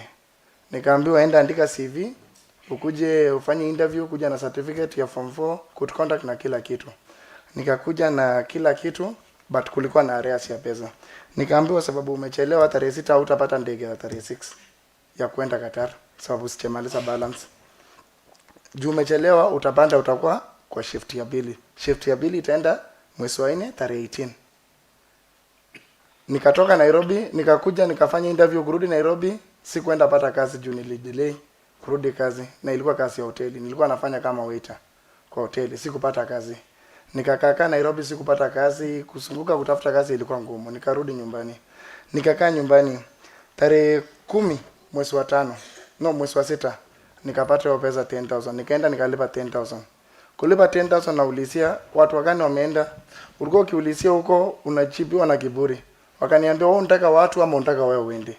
Sababu ya ile kutaka kazi na nia kutoka nje, sikuwa na shida. Nikalipa hiyo 10,000, nikapewa receipt ya clear na top up. Wakachukua ile ya 30,000 wakanipea yenye iko clear sasa ya 40,000. Nikaambiwa next week enda kwa ready. Mimi nikaenda nyumbani nilikuwa na furaha na kila kitu. Mimi kwetu ni kijana na kwetu tuko watu wanne. Mimi ndio first born. Na with a single parent. Mimi nikaa baba ya watoto wengine. Ama ndugu zangu ni wale walikutana wote kwa darasa moja. Last year walikuwa wanafanya form 4 wote. Walikuwa wameshikana wote. Like sasa mimi nilikuwa kama mzazi, mimi nikaa kila kitu kwao. Walikuwa wananitakia mazuri nitoke at least nikilia school fees nifanye anything nyumbani. Kurudi nyumbani nimekaa na hawa nikaambiwa kuna kazi imetokea ya security imekataa kuja fanya kashia, sababu ya kashia ndio wanaenda trip ya kwanza. Nikakuja tena, kukuja ni pesa, kuandika CV nilikuwa naandikiwa na 1000. Na hiyo upewi receipt. Unaandikiwa CV, unabukiwa, unaambiwa umefanya Tumaini supermarket for cashier for 2 years, unaandikiwa mauongo. Kwa mtu uwezi kataa sababu kila mtu alikuwa anataka kazi. Mimi nikakubali nikaandikiwa hiyo, nikakaa. Ikafika hiyo tarehe 20 something, kurudi nikaambiwa kuna delay. Qatar sijui anafanya nini. Tulikuwa tunasitokiwa tu tunapewa ops. Mimi nimekaa tangu hiyo siku mpaka sasa nimefanya interview 13. On Friday nikatumanishwa message ingekuwa interview ya 14 hiyo ningeenda kufanya. Friday last week nikatumanishwa message nikaambiwa kuna kazi imepatikana ya Dubai kuja fanya interview. Mpaka sasa hii ofisi ya kila kitu inafanya kazi. Ukifika kwa gate unaacha ID, unaacha simu, unaacha kila kitu. Mpaka sasa unaacha kwa gate. Unaingia ndani unasungushwa kwa korofa, unataka nini, uangalie progress, unataka nini. Ofisi iko tu vizuri sana, hata inashinda account ya Uasin Gishu. Ukifika kuna warembo wamekaa smart. Security kuna kila kitu. Mpaka sasa tunalilia haki yetu. Hakuna pesa, hakuna anything, tumekaa nyumbani since last year mpaka sasa. Asante. Maybe mwenyekiti, do you have that SMS? Can you bring it? Yeah, I have it. Okay, thank you. Let me just see. Okay. Ya mwisho. Mheshimiwa Jaman. One more please. Okay, thank you so much, Mr. Chair. My name is Eliud Kipsang Pelia. Mimi ni victims. Kwanza ndio mimi nichue mambo ya first choice. Nilichua mwezi wa 4 wakati ilikuwa inalonjiwa na aliyekuwa Senator Mandako, aliyekuwa Governor Mandako wakati huo, na Chelukui, Honorable Chelukui, na mwanabiashara DL wakalaunch hii mambo ya first choice kwa mahali inaitwa Ngenyilel, na mimi nilipata kuona kwa TV. Waheshimiwa, nilipoona hii mambo mimi nilikuwa Mombasa wakati huo. Nilikuwa nimepata kazi kwa Kenya Port Authority. Nilikuwa nafanya pale contract. Na nikaona vyema niweze kumlipia dada yangu. Nikakuja hiyo mwezi wa 4, nikakuja nikamlipia dada yangu ambaye alikuwa nyumbani. Na mimi ni last born kwetu. Mama yangu, my mom, she is 74 years old. Yeye ni mama mzee. Nikaona kwamba kuna dada yangu amekaa nyumbani, waje niende nitoe ile msiko ambayo imepaki nyumbani, kwa sababu nimeona governor aliyekuwa mwenye ni senator saizi Mandako akiongea akisema kwamba saizi Kenya hakuna ajira na tumepata agencies hapa Eldoret na tunaomba kwamba tutoe watoto hapa nyumbani waende huko ng'ambo wafanye kazi. Mimi nikakuja na 40,400 nikakuja nikalipia dada yangu. Nilipokuja pale kwa ofisi Pandaptai, nikapatana na Madam Judith, akaniongelesha, akaniuliza wewe unafanya wapi? Nikamwambia Madam Judith, mimi ninafanya kazi Kenya Port Authority, nilipata contract. Akaniambia sasa wewe unalipwa ngapi? Nikamwambia nakula 25,000. Akaniambia sasa hiyo ni pesa kidogo. Qatar huko watu wanalipwa 70,000. Si ufanye hivi, lipia dada yako, si hata wewe uchilipie uende huko kuliko hii ya kungangana huko Mombasa. Mimi nikaona kweli ni mzuri. Akaniambia na unaona wewe ni mtu sharp, unaweza enda pale uchange contract kupaki huko usaidie nyumbani. Nikamwambia Judith, pesa ambayo nimekuja nayo sina ingine. Akaniambia unaweza enda nyumbani uongee. Nikafika pale nyumbani nikaongea na mamangu. Ng'ombe ambayo tulikuwa nayo nyumbani Senator Cherargei ilikuwa ni ng'ombe moja. Mimi nikaongea na mama yangu, na mama yangu ni 74 years, ni mama mzee. Nikamconfirm mama, akanikubalia, akaniambia usa ng'ombe muende na dada yako. Nikausa ng'ombe na nikakuja nikalipa pale first choice. Tarehe 30 mwezi wa 5. Ndio hii receipt, honorable governors. Mkiona hii receipt, hata ile ya matatu haikai hivi. Ndio hii receipt ya pesa ambayo nililipa. Haina logo yoyote, haina stamp ya first choice, ni pesa tu imeandikwa, na imeandikwa we only receive cash only. Payment method cash only. money paid no refundable. Angalia, kwa sababu ya ile kuhustle nilikuwa nayo, hata receipt sikuwa nataka nisome. Mimi nilikuwa tu natarajia nione kazi. Pale First Choice kulikuwa na mapastors ambao wanatoka ya ICJM no yetu wamefalia kola. Ukifika unaombewa. Mimi nikaona hii si scam. Hata kama ni receipt ni kama ni scam, hii si scam. Mimi nikalipa pesa zangu honorable governor, senators. Nikauza ng'ombe pale nyumbani. Nikakuja nikalipa pesa yote nikapewa receipt. Nikarudi Mombasa. Judith wakanipigia simu wakaniambia kuja ufanye interview. All the way from Mombasa unaambiwa jioni kuja ufanye interview. Mimi naenda nashika SGR nafika Nairobi na travel usiku yote nafika Eldoret saa 2 nafanya interview. Narudi tena Mombasa the following nikimaliza interview narudi Mombasa na transport. The following after 3 days rudi interview. Ninarudi tena na mjue ni kazi yenyewe nafanya. Inabidi nitumie ukora mimi ni ugonjwa. Narudi Eldoret nafanya interview. Kidogo after wiki moja rudi interview. Natoka all the way mpaka nikakuja nikaongea na Judy nikaambia nimeumia kwa sababu ya transport. Akaniambia enda urudi uresign kwa kazi ukuje uende Qatar. Mimi nikaenda nikaambiana mimi nataka niende shule nikaresign kwa kazi ambayo nilikuwa nakula 25,000. Nikakuja nikakaa nikaambiwa utaenda tarehe 16 mwezi wa 6. Tarehe 16 kufika nikaambiwa utaenda mwezi wa 7. Enda ununue bag, ununue manguo mzuri kwa sababu wewe unaenda kukua cashier. Nilipata interview niliqualify ya cashier. Akaniambia enda nunua suit vizuri. Mimi nikaenda tena nikaomba dada yangu akanipea 20,000 nikanunua bag, masuit nini nikiongoja niende Qatar. Na mkumbuke ng'ombe imeenda, hatuna ng'ombe ya kukamua na mama ni mzee. Mimi nikakuja nikaongoja. World Cup ikapita hatukwenda. Kwenda kuuliza Judith akaniambia rais ameniambia utapeleka vijana waende Qatar alafu nani anipigie kura. Nikamwambia Judith nimepoteza kazi unaniambia mambo ya kura Kenya hii. Tumepoteza ng'ombe unaniambia rais amesema nani atampigia kura. Si hata huko tutapiga watu wa diaspora si tutapiga kura. Akaniambia tulia utaenda. To make matters worse, Senator Jerarge. Wakati mimi nilikuwa petition wakati tulikuja county assembly. Mimi wakati asubuhi nimeamka vizuri nikapigiwa simu na mtu akaniambia ukoje? Kwanza tulienda Cast TV. 1 week ndio tukuja hapa. So mimi nilienda nikaongea Cast TV nikasema hii story yote. Baadaye mtu akanipigia akaniambia okay naitwa so and so ninatoka mahali inaitwa Chemnoet huko hata mimi nililipia watoto so utaenda hii wewe ni petitioner nikamwambia mimi ni petitioner. Akaniambia asubuhi hiyo kabla sijakuja hapa nikiwa petitioner. Uko wapi? Nikamwambia niko tayari niko nakuja naenda county assembly. Akaniambia niko na gari yangu kuja mpaka mahali inaitwa Lemok soko nikidani mheshimiwa Jerarge unajua. Mimi nikaenda asubuhi saa 2. Kufika mahali pale nikasimama akaniambia simama kwa petrol station. Nikasimama gari ikafika. These people of First Choice wakanikidnap. Mimi nikiwa victim. Wakanikidnap wakanipeleka mpaka Kabiyet police station. As we speak now niko kaa nayo. Hakuna mtu amenisaidia. Wakanileta mpaka Rivertex wakaniambia you are under arrested. Nikamwambia kwa nini? Wakaniambia ulienda kuongea nini Cast TV about First Choice. Watu walikuwa 3 kwa gari. Wakaniambia leta simu yako toa audio yote yenye umerecord kwa WhatsApp group. Mambo ambao umeweka TikTok. Nikapelekwa mpaka Kapsabet. Kufika Kapsabet Gate police station na wako niingiza police station. Wakasema ubi yako imebukiwa Kabiyet. Nikakuja nikapigia Kimutai Gurui. Vile nilifikishwa Kabiyet. Hao watu wakanishukisha wakanishika niangalie mbele.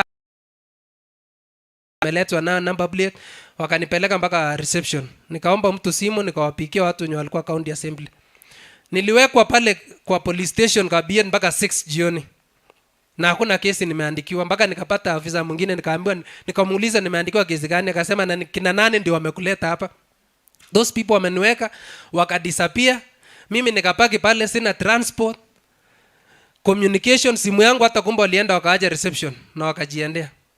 Saa hizi niko na OB niko na receipt natembea nayo. Nikarudi hapa Central Police Station nikaripoti. Kuripoti ninaambiwa enda muongee na Judith mambo yenu. Hata ukiangalia hiyo OP vile niliandikiwa hao kuandika wanachokora tu vile wanataka. So mimi nataka niulize. Leo hii tukiongea Senator Jerarge mama yangu wako Tarbo hospitali. My brothers and sisters waliniambia uliuza ng'ombe ya mama ukitaka kuua mama wacha akufe ndio ukule mwili. As we speak now mimi napitia machungu. Nimepoteza kazi, ninakidnapiwa. Judith juzi nikampigia simu akaniambia, kwanza wewe umeniharibia jina TikTok, naenda kukuchukulia kesi. Tukiongea saa hizi victims, tumetoka juzi kesi ya victims wengine. Victims wako na kesi, tumechukuliwa pesa, tunaenda kuandikiwa kesi, tunaenda kutoka na maponi ya 30,000. Sasa tunalipa mtu anatustaki hata tunamtrenden. Sasa pesa yetu tena anatustaki. Na yeye akipeleka kesi anasikiziwa. Tunapelekwa kotini. Na sisi tukienda kuandika tunaambiwa muende muongee na Judith.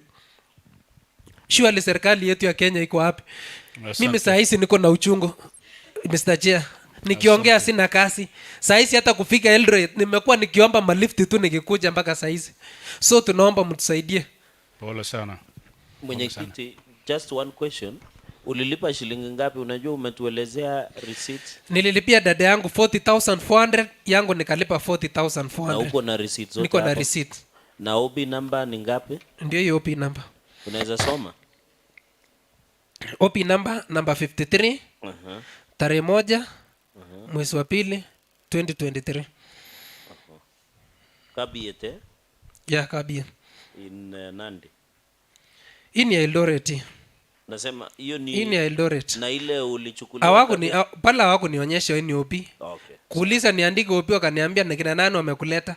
Those people tu wameniambia wewe uliongea nini kuhusu First Choice. Okay. Thank you Chair. Okay. Kabla mwenyekiti wa Labour ama yeyote kwa upande wa county kuongea, ningependa hebu tuonyeshe tu by show of hands waliokuwa wakielekea Qatar ama mtoto wake aliambiwa anaenda Qatar, ili tujue Qatar ni wangapi. Aha. Wale walikuwa naenda Qatar karibu wote. Okay. Nilisikia England hapa, UK. Wenye walikuwa waende UK ni wawili. Yeah, hiyo naelewa. Any other destination, tunachukua tu hii kwamba ni representation ya destinations. Okay, Dubai ni wawili. Poland. So destination ya Poland ni mtu mmoja. Alafu Dubai ni mtu mmoja. Alafu UK ni watu wawili. Alafu nani huko kona?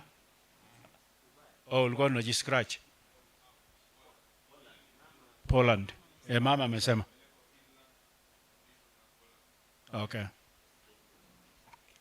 Kuna Australia wangapi? Okay. Ya nje ni wengi ndio. Lakini tunachukua tu kwamba ni uwakilishi wa wale representation. So majority ni Qatar. Alafu destinations zingine kidogo kidogo. So let me give to Vice Chair.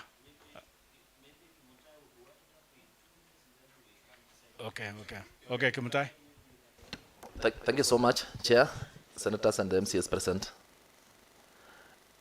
Wrap it up. Once again, we thank you for coming over here. We really condemn Judith's game of taking the committee in circles. We've judiciously appeared before the committee. So we find it a bit tricky that the lawyer is actually appears to be directing the committee on what to do. So that is your discretion. You'll see what to do about the thing.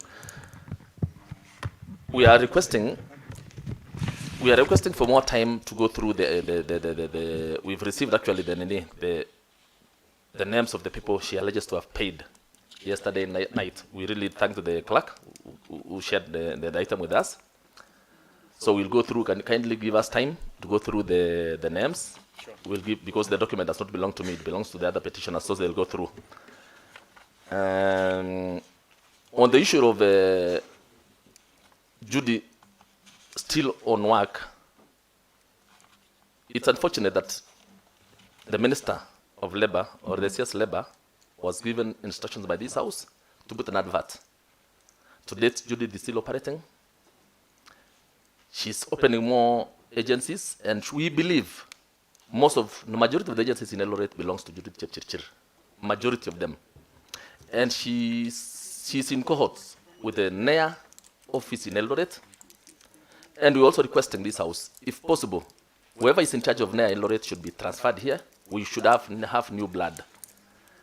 Most of the DCI officers who've really overstayed in Eldoret also work with this lady so closely.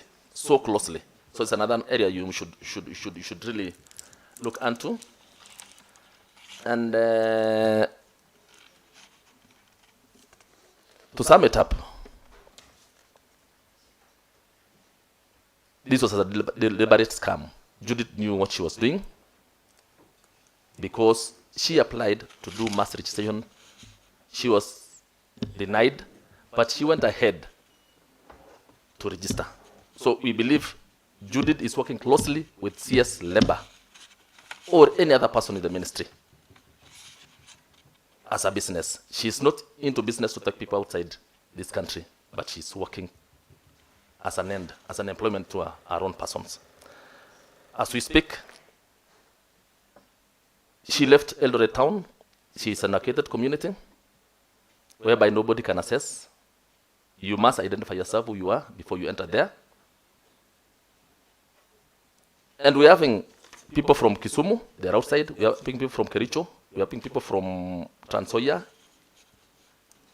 Nakuru, and I think we're having 10 from Nairobi. So the fraud, as some have said, Eldoret, we are sorry to say so, is a fraudster's paradise. And we are appealing to the President, we are appealing to the Ministry of Interior, the IG and DCI. DCI has been so helpful to us. I mean, he gave us officers. I think about 200 and something statements were recorded. But there are thousands of other people who've really lost hope. Even with this house, this Senate committee, they are saying you've been compromised. So thousands of them lost hope. We are doing the same thing every day, promising Judith will be arrested. And it has been a problem to me. And I think I'm almost trying to exit because whatever that will happen to Judith next is not upon me. I've been telling them not to take the law into their own hands. So personally, I want to say to this house, I've tried the best I can to make these people are law-abiding, and they've been. But I'm telling you, as we speak, they are planning one of the biggest demos maybe next week in Eldoret.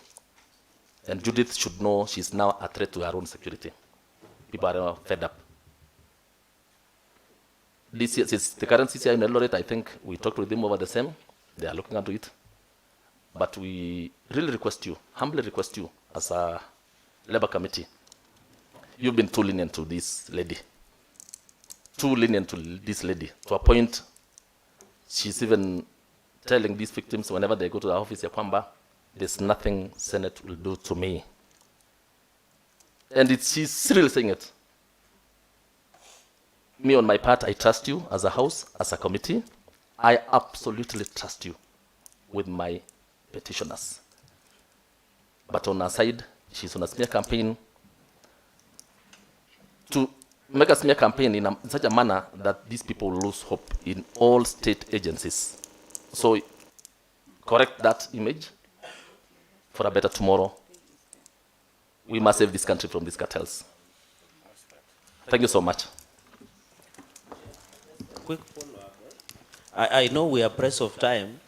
This, I can see there are only, Kibutai Kuru, since you are the lead petitioner, I can see there are 12 people who their money have been refunded. How many, because you have a petition, how many people are supposed to be refunded? Because by this first choice, how many? Because I can see only 12. Those 12 have been refunded, which is very unfortunate, Chair.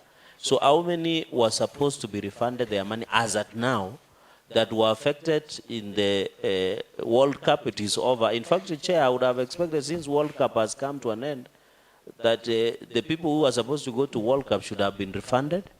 How many UK people are supposed to be refunded? How many people are supposed to go to Poland or Finland were supposed to be refunded? How many people are supposed to go to Dubai that was supposed to be refunded? Because I can only, through you, Chair, and there is a document that you have given us, is I can see only 12 people, and a half of their money has been refunded. So on behalf of other petitioners, how many people are supposed to be refunded their money?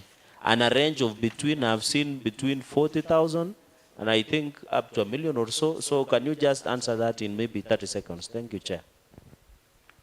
Thank you so much, Senator. I can't be definite. The UK group were over 300.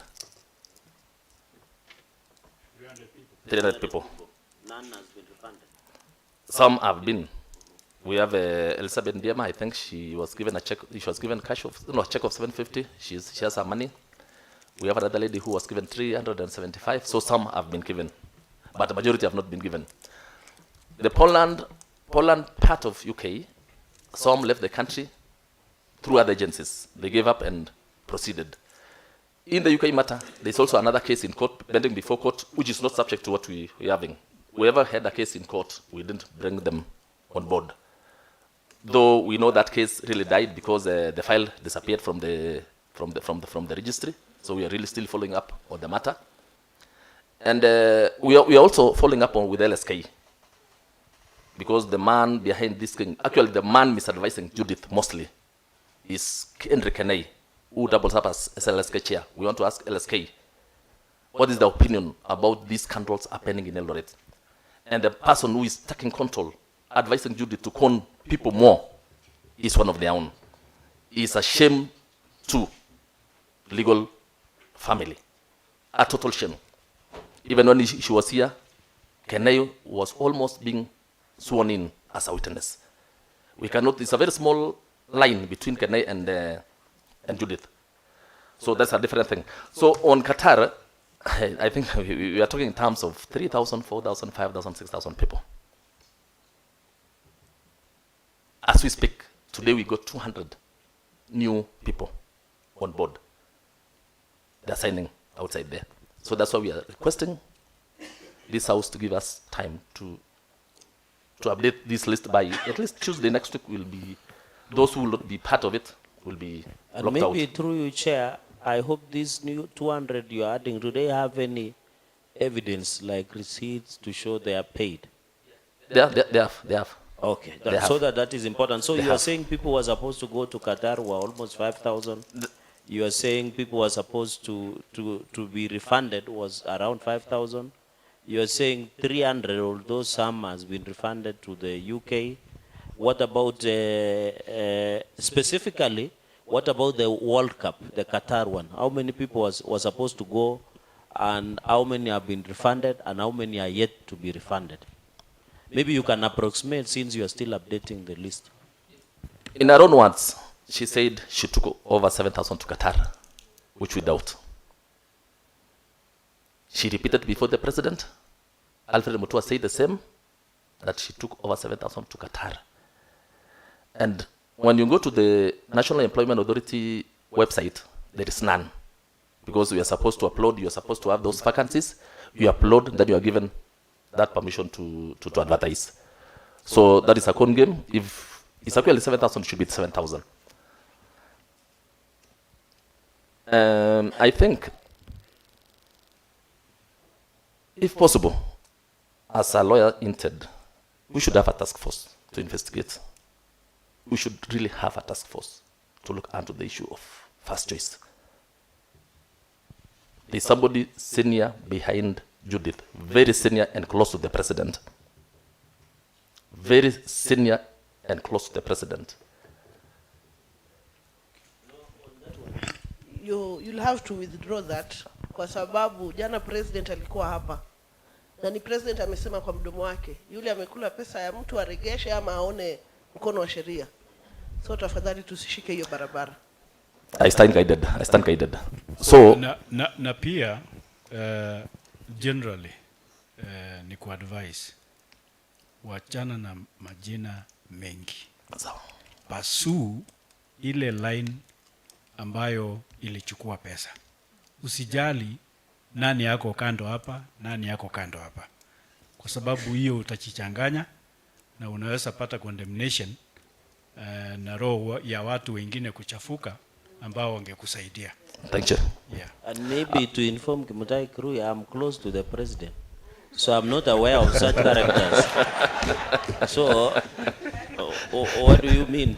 In fact, I've shared with the president your concerns and the others that are under investigations, and the president has confirmed, for the benefit of all of us, you saw him, he spoke in town and said, even when you were addressing the Evolution Conference, he said under his administration there will be no space for the corrupt.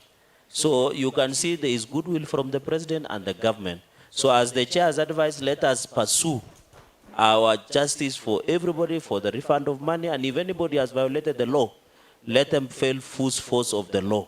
I think that would be in order.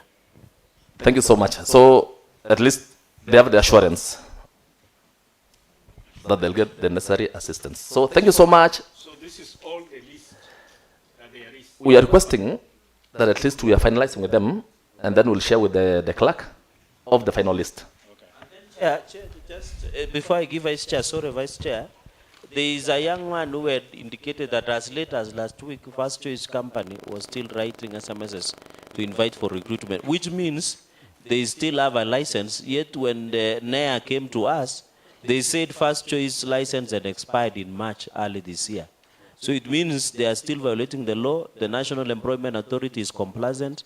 The Ministry of Labor is sleeping on the job. So I would request Kimutai Kirui to table this as part of the evidence, so that when we are writing the report as a committee, we can quote as part of the annexes. Thank you, Chair, for the indulgence. Okay, thank you. Thank you, Senator.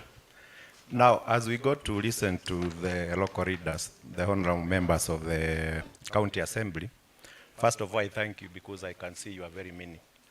Before these people reach Senator Cheregai or any other person, you are the last line of defense. So I believe when you get your chance to express yourself to this committee, you will be able to help us to understand, because from where I sit, I think this scam is bigger than we thought. We are talking about these petitioners here because probably Kirui got hold of them. It appears to me there could be hundreds or thousands who are wallowing at home, suffering, and now with the leadership here, I believe it's going to come out clearly, so that when we are doing our report, we are going to capture everybody. Thank you. Can I add something? I think also to the MCS, you will be very brief and to the point, but also this person who has offices here in Eldoret, the alleged First Choice Company, you have had one of the parents says they have license, and most of those licenses are given by county. As members of county assembly, when you are doing the report and investigations, have you had a chance to sit with the governor so that we don't allow illegal activities to go on simply because they have a county license? So as members of county assembly, what have you done to ensure that county do not issue license to people who are perpetuating illegality and conning our people? And it is very unfortunate that one parent has said this is no longer a county of champions, it's now a county of cartels. So as MCAs, have you taken any action to ensure county assemblies, no, the county government and the county governor and other agencies do not issue license? Because I think you have power on that one. On county licensing, you can influence, so that as we handle the issue of NEA and other approvals. So Chair, maybe can add that. Thank you. And also, my friends and everybody here, this is really an embarrassment for us as North Rift. It's a shame. And the entire country, knowing that the president, our beloved president, comes from here. Na mambo kama haya yajifichue ni aibu kabisa. Now, along with what Senator Jararga is saying, this thing will continue. There is this document that Kirui has just handed over to us, kwamba kuna nafasi nyingi sasa katika Canada, katika Ujerumani, katika UK na Japan Ya, nimeanzia Canada. Si mnaona hii ni kitu ya kuendelea. So wale watu ambao tunaomba waangalie hii kitu haraka ni ninyi MCAs wa Uasin Gishu. Because inaonekana kuku analalia mayai, and very soon it is going to hatch. So the faster you take action against this, the sooner we will have silence about ukatel. Otherwise, itaendelea.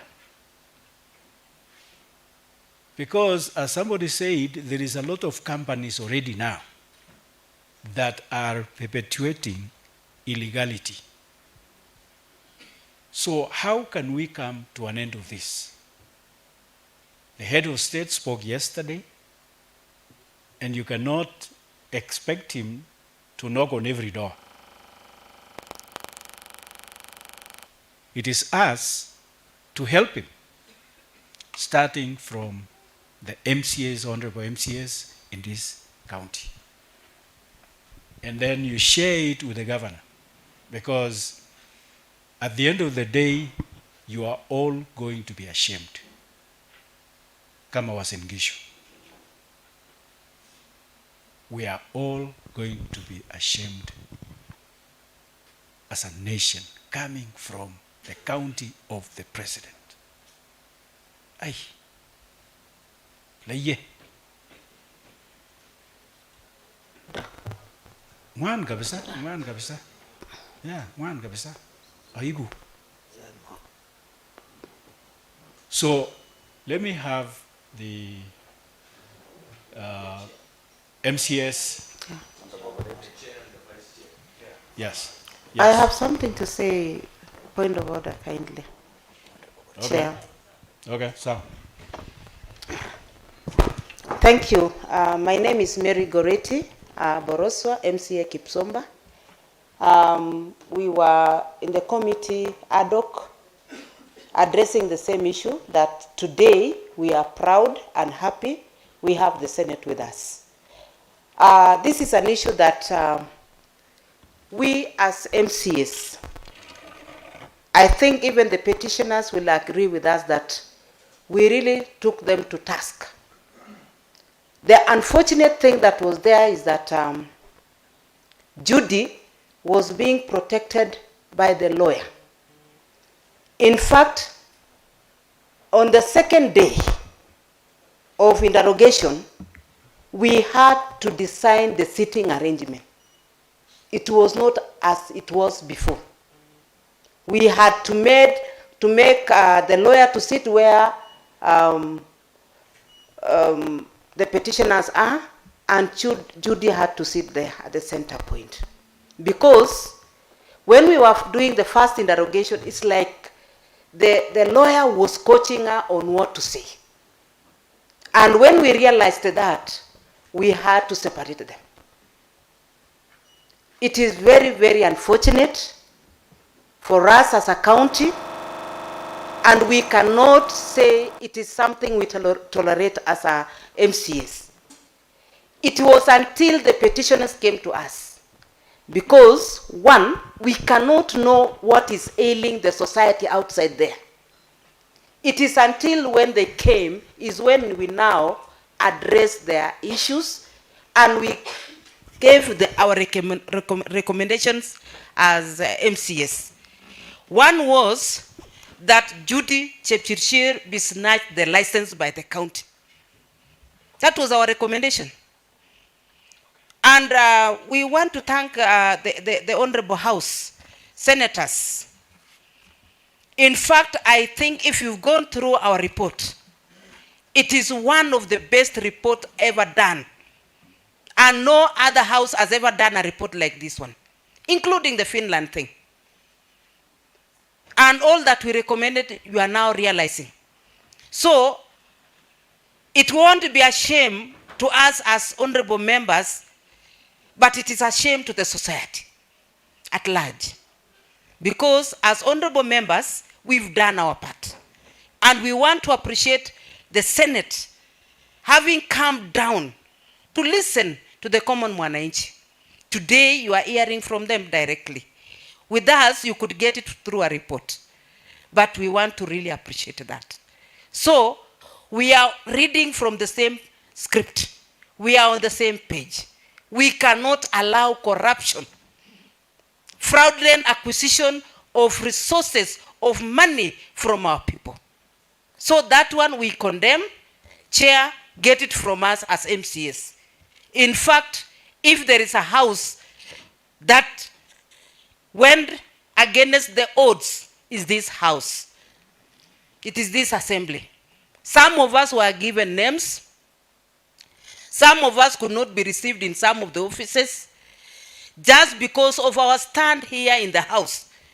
And we want to say we are remaining firm, and we are saying after your investigation, may the relevant agencies, independent bodies also look into this matter, because those who committed the crime must be brought to book. Just as the President of the Republic of Kenya said yesterday. So we are totally in agreement in whatever you are doing. The report you are going to give is also going to beef up our report. Most of the information was actually under the desk by Judy. And you know, for us as honorable members, sisi hatushiki mtu. Sisi hatupeleki mtu kotini. Lakini report yetu ikichukuliwa na the relevant agencies, wao ndio wanatakikana kufanya kazi. It is only unfortunate because the bodies that are supposed to help mwananchi to ensure law and order is maintained, those are the offices that had been compromised. You can imagine the story of a young boy kwenda kwa DCI na kuambiwa fuata Judy.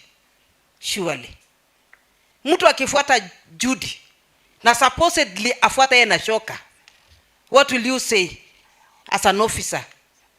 You know, sometimes we cannot take the law in our hands.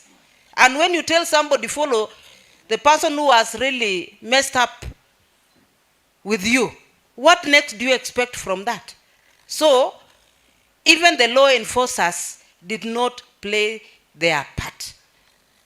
Baka hapo, kindly, Chair, our senators, get it from us. As honorable members, we are doing our due diligence as honorable House of Uasin Gishu County Assembly. Thank you. Asante. So tuwape, did somebody say majority? Maybe, Chair, in the interest of time, leader. you know, the keynote at the devolution conference are raising from 12, and some of us would want to be there. Okay. Maybe the chair, because we have a report, can just, you know, in court they say you highlight submissions. Maybe the chair just can highlight maybe in 2-3 minutes. Then we do closing remarks. Then you can release us to go to devolution conference. Okay, Chair. Thank you, Chair. Maybe I donate my 3 minutes to my Vice Chair. Let me give him 2 minutes, and then I sum up with it. Thank you. With your indulgence, Chair. Asante na asante mwenyekiti. Kwa dakika ambazo nimepewa, mimi nilikuwa mdogo wa mwenyekiti tuliokuwa wa jopo la kuchunguza jambo hili. Kwanza nataka niseme kama vile mwanakamati amekwambia, ni kwamba sisi kama County Assembly tuliangazia jambo hili na liko mikononi mwenu. Kama nyumba ama jumba la sheria lilio juu yetu. Kwanza tuliweza kudeclare Judy kama hostile witness. Kwa sababu gani? Tuliona kwamba tangia alipoanza jambo hili alikuwa amepanga kuwalagai wa Kenya. Kwa nini? Umesikia hawa wa Kenya wote wanasema kwamba risiti hizi hazikuwa na muhuri wa first choice, haikuwa na jina ya first choice, hakukubali pesa ziwekwe kwenye banki. Hiyo ni kusema kutokea mwanzo alikuwa na nia ya kulagai hawa ndugu zetu. Jambo lingine ambalo limejitokeza hapa, hakuna hata mmoja aliyepelekwa katika clinic ya kuchunguzwa maneno ya health alianguka. Kwa sababu gani? Ilikuwa tu imepangwa iwe tu ni jinsi ya kuonekana wanafanya jambo, lakini haikuwa vile. Muangalie, na mimi ningeulizwa ni kwamba huyu Judy, jambo hili wacha lile liko kotini sasa, sitaki kutaja, lakini first choice ndilo jambo ambalo limelagai watoto wetu, wazazi wetu, pesa nyingi kuliko lingine lolote. Yeye mwenyewe kwa mdomo wake aliweza kubali kwamba zaidi ya watoto 8,000 walienda kuapply na walilipa pesa si chini ya 45 or 4400. Ukipiga hiyo hesabu 44,000, hiyo ni zaidi ya 360 million and above. Na watoto waliotoka nchi hii ni chini ya watoto 50 peke yake. Bwana mwenyekiti, pesa hizi nyingi alizopokea aliweza kuwahonga maofisa wa polisi, wa DCI, na ndiposa umesikia walikuwa naenenda kupeleka kesi yao, wanaambiwa fuata Judy msikizane.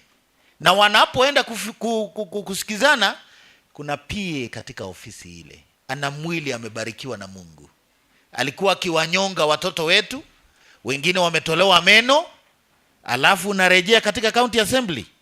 La, Senator Cherargei, na tunamheshimu sana, amesema yeye ni karibu na ofisi ya rais. Kwa kupitia mwenyekiti, rais aweze kujulishwa kwamba kuna mtu anaitwa Judy.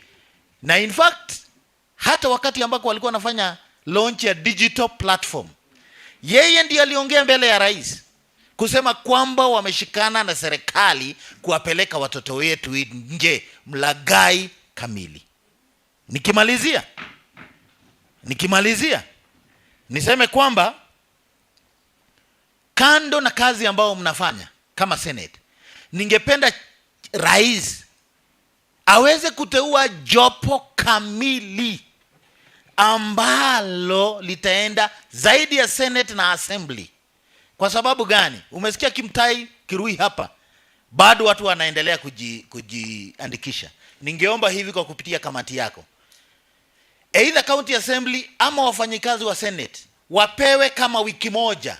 Tutawapa Kipchoge Stadium ama stadium yoyote, na watoto wetu wote kutoka Uasin Gishu na zile county zinazotuzunguka wakiambiwa waje ni zaidi ya watoto 10,000. Kwa hivyo kwa sasa Kimtai hatapata hesabu kamili, na watakapojiandikisha mtashangaa vile watoto wetu wamelagaiwa. Kwa hivyo ninaomba, sisi tulifanya kazi yetu na tukaomba the executive waweze kurevoke trading license yake. Kile kitu tulikuwa tunataka kufanya tukiongozwa na mwenyekiti, tulikuwa tunataka kurejelea kuona action plan executive wamefanya nini. Yule ambaye hajaweza kurevoke, tuweze kutumia nguvu zetu kama bunge kuhakikisha tumefanya kazi yetu. Kwa hivyo nataka kuachia pale, nikabidhi mwenyekiti akaweza kusema yale sijasema. Asante sana. Naomba tuwe na mwenyekiti peke yake tafadhali, kwa sababu ya saa, na wenzetu wangependa kwenda kumalizia na devolution. Naomba tuheshimiane hivyo. Chairman. Thank you so much, Chair. Senator Julius Murgor, I hope. Let me take this earliest opportunity to thank the Senate Committee on Labor for bringing this issue to Uasin Gishu, and for also giving us an opportunity to share the same platform in hearing the petitioners and being a source of solutions to issues that are bedefiling our great county.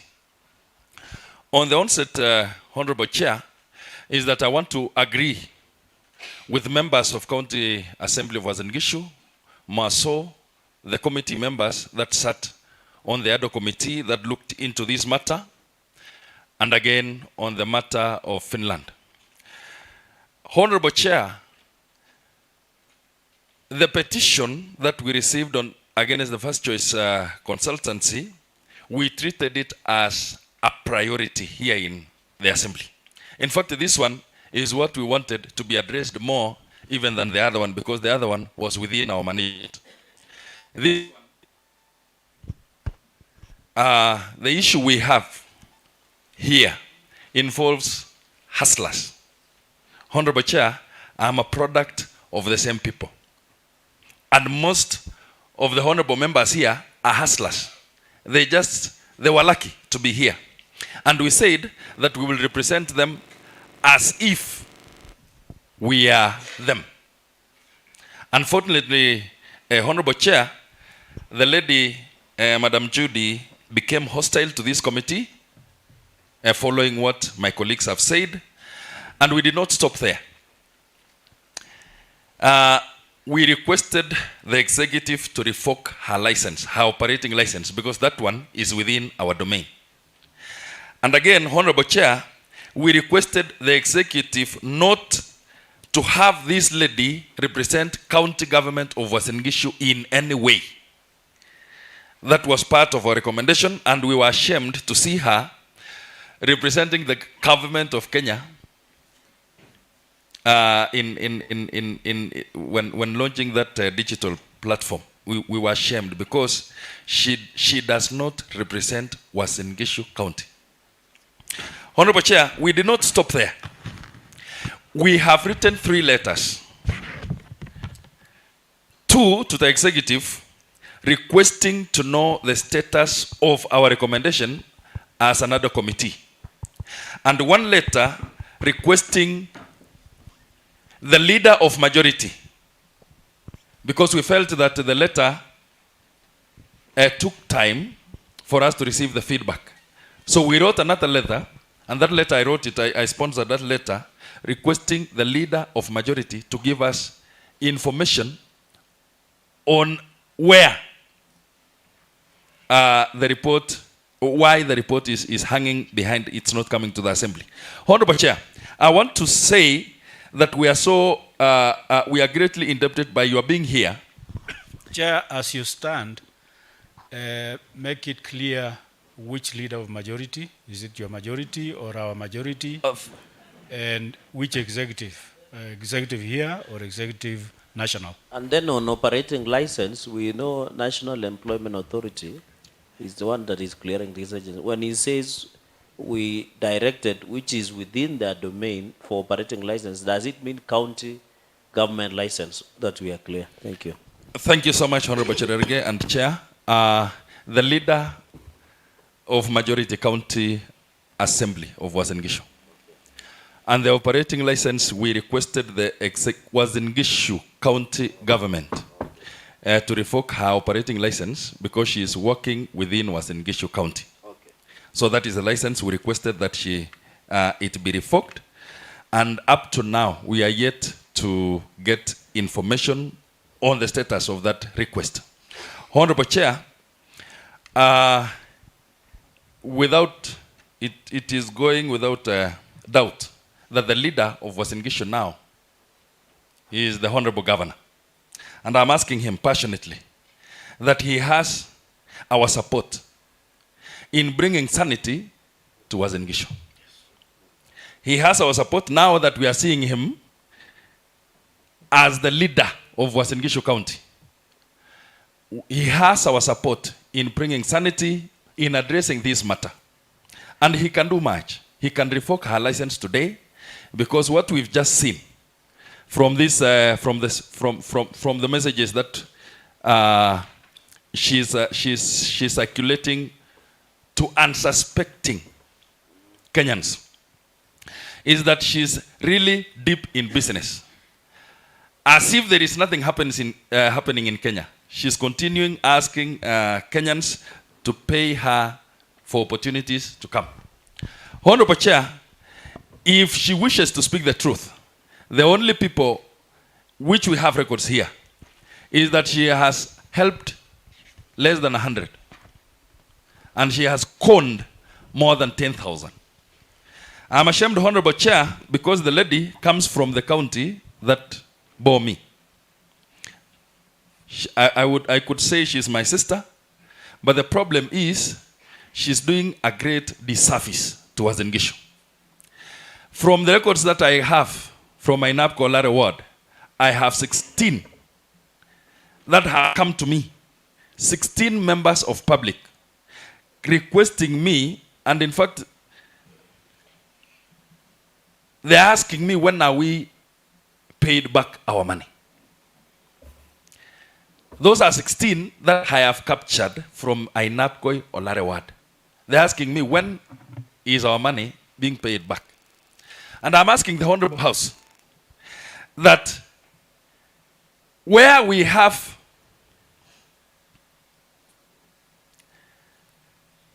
we call it depression, because that is the big word now going around social media. Where depression is, in terms of degree, is domiciled here from the hustlers. Because here we are talking about 40,000 being the proceeds of selling a motorbike, being proceeds of selling a cow, being the proceeds of selling everything that a hustler had. And that goes to the pockets of one Judy.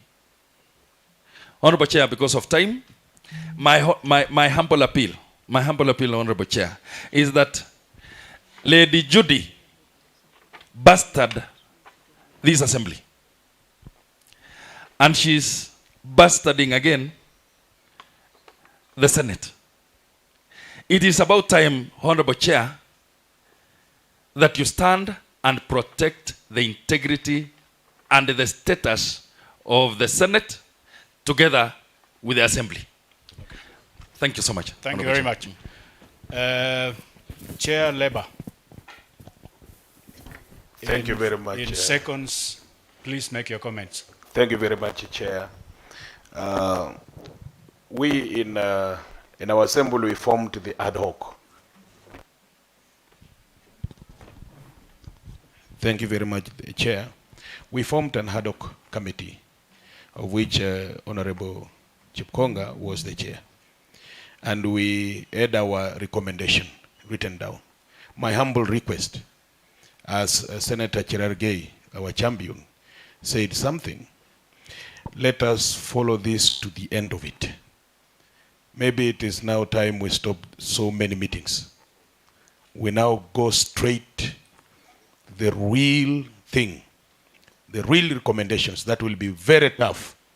And then we go also follow up with these agencies that are mushrooming everywhere. We have a policy or a law guiding this so that we stop completely this kind of fraud. Thank you, Chair. Very much, everybody. Langu kwa sababu ya wazazi hapa ambao labda hawataelewa Kiingereza, ningependa kusema ya kwamba kwanza ninawashukuru ninyi wazazi ambao mmechukua muda leo kuwa pamoja nasi katika kikao hiki. Petitioners au wengine vijana tumekuwa nao, lakini hatujasikia kutoka kwa mzazi. Na leo tumesikia kwa mzazi aliye na uchungu wa ng'ombe yake kuuzwa, aliye na uchungu wa shamba lake kuuzwa, na baada ya haya yote mtoto wake angali mlangoni. Ni uchungu sana. Kwa hivyo mjue ya kwamba Senate na hao viongozi wenu tunabeba na tunasikia uchungu huo wewe ulio nayo mzazi, na ningependa kusema ya kwamba tuko pamoja na ninyi 100%. Tunawasupport 100%. Hata kama Jepchirchir ni mtoto wetu, ni mmoja wetu Manyatani, lakini matendo yake hayawezi kukubalika. Hata kama ni mtoto wako mwenyewe na atende haya, hayakubaliki. Na kitu mimi nashangaa kidogo, mnajua Kalenjin kwa kitu haramu, unaona hata jicho ikilul kidogo, lakini huyu alitoka wapi? Hiyo si tabia yetu. So ndio nasema ya kwamba tuko pamoja na ninyi, na mimi najua kwa yale yalitendeka jana, chuma ya huyu ki wapi? Ki motoni. Na very soon nyinyi mtasikia. So sisi sasa tunaenda kuketi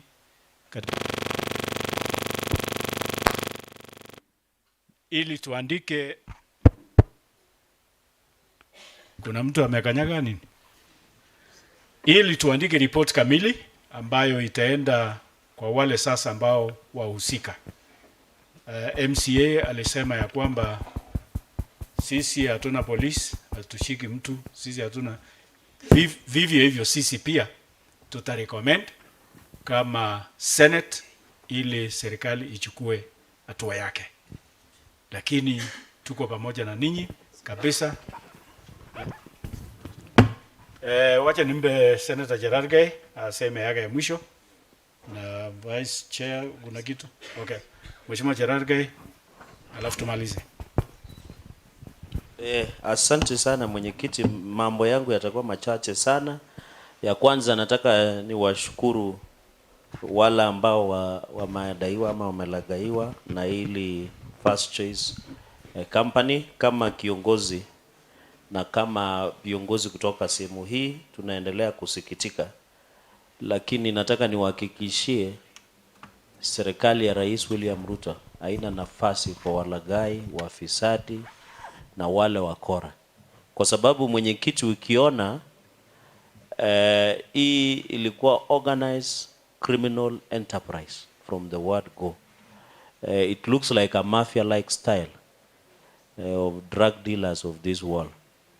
Mimi kama senator, mimi nataka niwahakikishie na kutoka sehemu kiongozi wa sehemu hii tutasimama pamoja. Na msikuwe na wasiwasi, sisi hatununui uoga na hatutakubali uoga. Na sisi tulipita ile stage ya kushikwa na kuthreateniwa. Najua saa zingine mnaona vyombo vya kijamii ama social media mnashtuka, msijali. Sisi tulipitia hiyo sehemu na sisi hatununui uoga, mimi mwenyewe. Ya pili, nataka niwahakikishie kama bunge la seneti tunangojea kamati ya leba itoe ripoti yao. Ikifika katika bunge la seneti, nataka niwahakikishie muko na support na ungwaji mkono wa 101% kutoka bunge la seneti ili haki itendeke.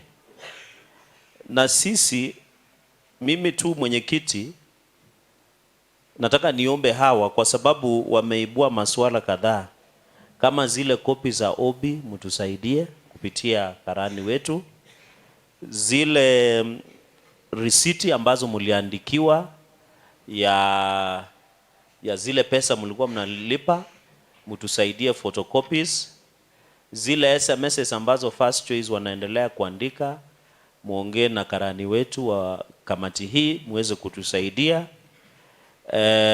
Yale mambo ambayo mnajua itasaidia kamiti wakati wataandika ripoti. Na nimeshangaza sana kwa sababu mwenyekiti, zaidi ya watoto ama wa Kenya ambao wamelagaiwa ni watu 10,000. Na hiyo inashangaza sana. Wapi asasi za usalama? Wapi DCI? Wapi NIS?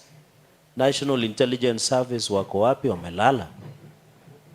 Kwa sababu the work of National Intelligence Service, NIS, is to assist the community before Senate, before MCS come. The work of NIS is to give intelligence when these organized criminal enterprises are being done against our people. And it is sad, mwenyekiti, because these are people waliuza motorbike, waliuza shamba, waliuza ng'ombe, wengine wamepoteza mabwana zao, mabibi zao kwa sababu ya hii agency ambayo inaendelea kulagai na kuwadai wananchi. Mwenyekiti, where is the DCI? Why are DCI proactive at this point in time? Where is the Ministry of Labor? Chair, and I want to believe that National Employment Authority is the enabler of the con agencies in this country. And I don't fear to contradict myself.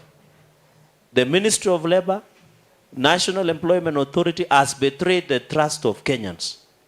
And as a Senate, we will not sit back and allow a government agency to be facilitator of corruption and organized crime and conmanship by agencies. Because they are supposed to be the regulator. They are supposed to be the oversight. Chair, in conclusion, we had invited the Minister of Health. We want to know the status of these laboratories that were taking samples, that were taking data. It is illegal. It is unconstitutional. Even, Chair, we need also to summon the Office of Data Commissioner, Office of the Data Protection Commissioner, Madam Kasai, to appear before our committee, because somebody is taking data, including personal data, which is private, of medical specimens. We don't know what they are doing. You know, there is what we call human trafficking and organs trafficking in this country.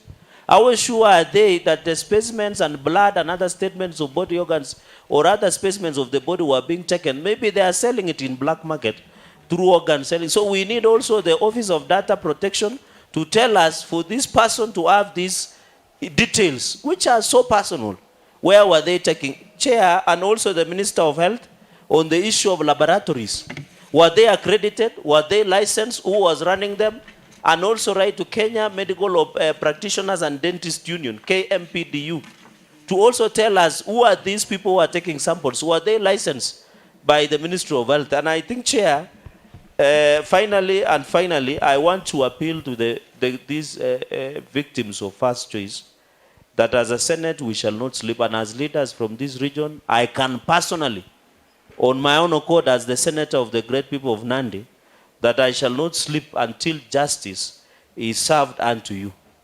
We shall stand with you. And our empathies, tunawaambia pole sana. Wale wamekuwa wagonjwa kwa sababu ya hii shida, wale wamepoteza mali yao, wale wamepoteza jamii zao, mabibi zao na mabwana zao kwa sababu ya hii ulagai. Poleni sana, lakini kama kiongozi, ile poli itatosha nyinyi ni kuhakikisha haki imetendeka. Na mimi nataka niulize ya mwisho, karibu ni sao, mwenyekiti utaniruhusu tu. Inspector General of Police alikuja kamati yetu huko Nairobi. Bwana Kohome, ulikuwa umetuambia siku 30 utakuwa umeshika hawa walagai wa first choice wawekwe ndani, hatujapata ripoti. Ulikuwa umetuambia wale walishikwa na polisi kwa kuzingiziwa. Wale mapolisi walifanya kuzingiziwa kama pale ndugu yetu, kushikwa tu makosa yake ni kuuliza haki yake. Ulikuwa umesema hao polisi watachukuliwa hatua through IPOA. I think, Chair, as we go back to Nairobi, the Inspector General of Police and the DCIO, Mr. Amin, and the Minister of Interior, Professor Kindiki, must appear before our committee to tell us the status of the investigation. Kama rais jana, wale ambao walihusika na sakata ya Finland wameshikwa na kuwekwa ndani. Kwani huyu ni Mungu hawezi shikwa? So lazima ashikwe na wafunguliwa mashtaka, na nataka niwaombe raia wa Uasin Gishu na North Rift na Kenya ambao wamelagaiwa na madaiwa wakuwa wavumilivu. Rais mwenyewe ametoa ahadi kuwa ana nafasi ya ufisadi, ana nafasi ya wakora. Na you know, how do you con mtu mwenye ni maskini? Ng'ombe moja. Na sisi kama jamii ya Wakalenjin hatupendange lahana. Hii ni damu gani hatujawahi iona kama jamii ya Wakalenjin ambaye watu wanadaiwa? How do you steal from your brother, from your mother, from your sister? How do you steal? Na tukikwambia rudisha pesa unatisha watu. In fact, hata mimi nashangaza kwa sababu Inspector General of Police anacheza chairman. Most of the checks that were being issued by First Choice, most of them are bouncing checks. And bouncing checks are criminal. What is the police doing? No. We cannot operate this way. Hii serikali ni ya watu wadogo. Na watu wadogo lazima walindwe. Na mimi mwenyewe ndaongea na rais one on one tukirudi Nairobi, nimwambie wananchi wetu hawana furaha kwa sababu anaendelea kulaga. And I want to confirm, ile barua ya huyo mtu kupresent before the president, the letter protest ilipatiwa na ofisi ya rais, the president has responded. Those people will never be allowed near to the president. Tumeambia hata security ile wanachunga rais wakae 5 kilometers where the president is for the protect, because the president does not entertain such an organism in this country. With those very many remarks, poleni sana, we will stand with you, musijali. They say the moral arc of universe is long, but it finally bends to justice. So mukiona ni ile procedure, technical, lazima tusikize, lazima tuandike report, but otherwise our hearts and spirit is in total support of what you are pursuing, and we'll support you where we can. Assure other victims through Kimutai Kirui that the Senate is seized of the matter. I want to thank the MCAs in conclusion. Unajua ma MCA chairman ni ngumu wapewe asante. Lakini kwa sababu hii ni county assembly ya kwanza kutoa report Kenya hii ambayo ilishangaza kila mtu. Na sasa mambo yenu ya mshahara na mambo ile ya autonomy, mupate financial autonomy, na rais alisema jana muanze kufanya oversight sawa sawa. Musiogope mtu sasa. Ile sheria ya kuwapatia financial autonomy tutapitisha kama Senate na National Assembly. The one on financial autonomy, to give you your money directly from the National Treasury, you will be given. Mambo ile ya salary na mambo ingine inashughulikiwa. So hatutaki tukawashughulikia tena mnashindwa kufanya oversight. Tutakosana na nyinyi, mfanye oversight kwa nguvu. Asanteni sana na Mungu awabariki. Asante sana Mheshimiwa Cherargei. Wacha nimpe Vice Chair wangu aseme yake moja kabla ya kuwind up. Asante Chair. Yangu itakuwa machache. And I want to address the leaders here. Unajua hii kitu imefanyika ni kitu baya. Kwa sababu president anatoka Uasin Gishu. Na president amefanya kazi kubwa sana dunia mzima. Na amepata kazi milioni 1. Sasa tunashindwa wakati hizo kazi zitakuja. Watu wa Rift Valley, watu wa Uasin Gishu wataogopa ama wata-apply. Sasa nyinyi ni mpaka muende muongee na wananchi. Muambie huyo mragai mmoja asifanye wakufe roho. Sisi tutahakikisha those log recruiters hawatakuwa. Na wakati recruitment itakuja, tutajaribu kuongea na serikali na NEA tujue vile itafanyika, kwa sababu itakuwa vibaya sana. Kazi milioni 1 zipatikane Kenya hii, watu wa Rift Valley, watu wa Eldoret waseme hapana, Judy eko pale. Hata kuwa na hizo kazi ziko na muambie wananchi. Asante. Asante sana. Nafikiri yangu tu ni kwa ufupi ya kwamba yale matope ambayo watu aina ya Judy anapaka juu ya majina ya viongozi wetu na viongozi wengine, hiyo tukatae kabisa, na tuseme ya kwamba viongozi wetu ni straight. Huyo peke yake ndiye ameoza, ili tusikubali wa viongozi wetu kupakwa maneno. Nyinyi labda mulidhani juzi ile ingine ya kwamba hii kesi ya jana kuna mtu protected. Labda tulifikiri watu fulani ni protected, lakini si hatua imechukuliwa. Sasa ninyi mmeona ya kwamba kumbe labda ile kudhani nini haikuwa hivyo. Kwa hivyo linde majina ya viongozi wetu, na pia vile Cherargei alisema tuvumiliane kidogo. Mnajua process ya kufikia haki inachukua muda. Uongo inakuja inafanya yake mbio mbio haraka haraka ili isipatikane, lakini mwishowe haki itashika uongo na itachukua hatua. Na kwa hivyo tuko kwa ile kiwango ya mwisho, ile Mwingereza naita the tail end ya hii mambo, kwa sababu tuko tunamaliza na ninyi mtapata haki yenu.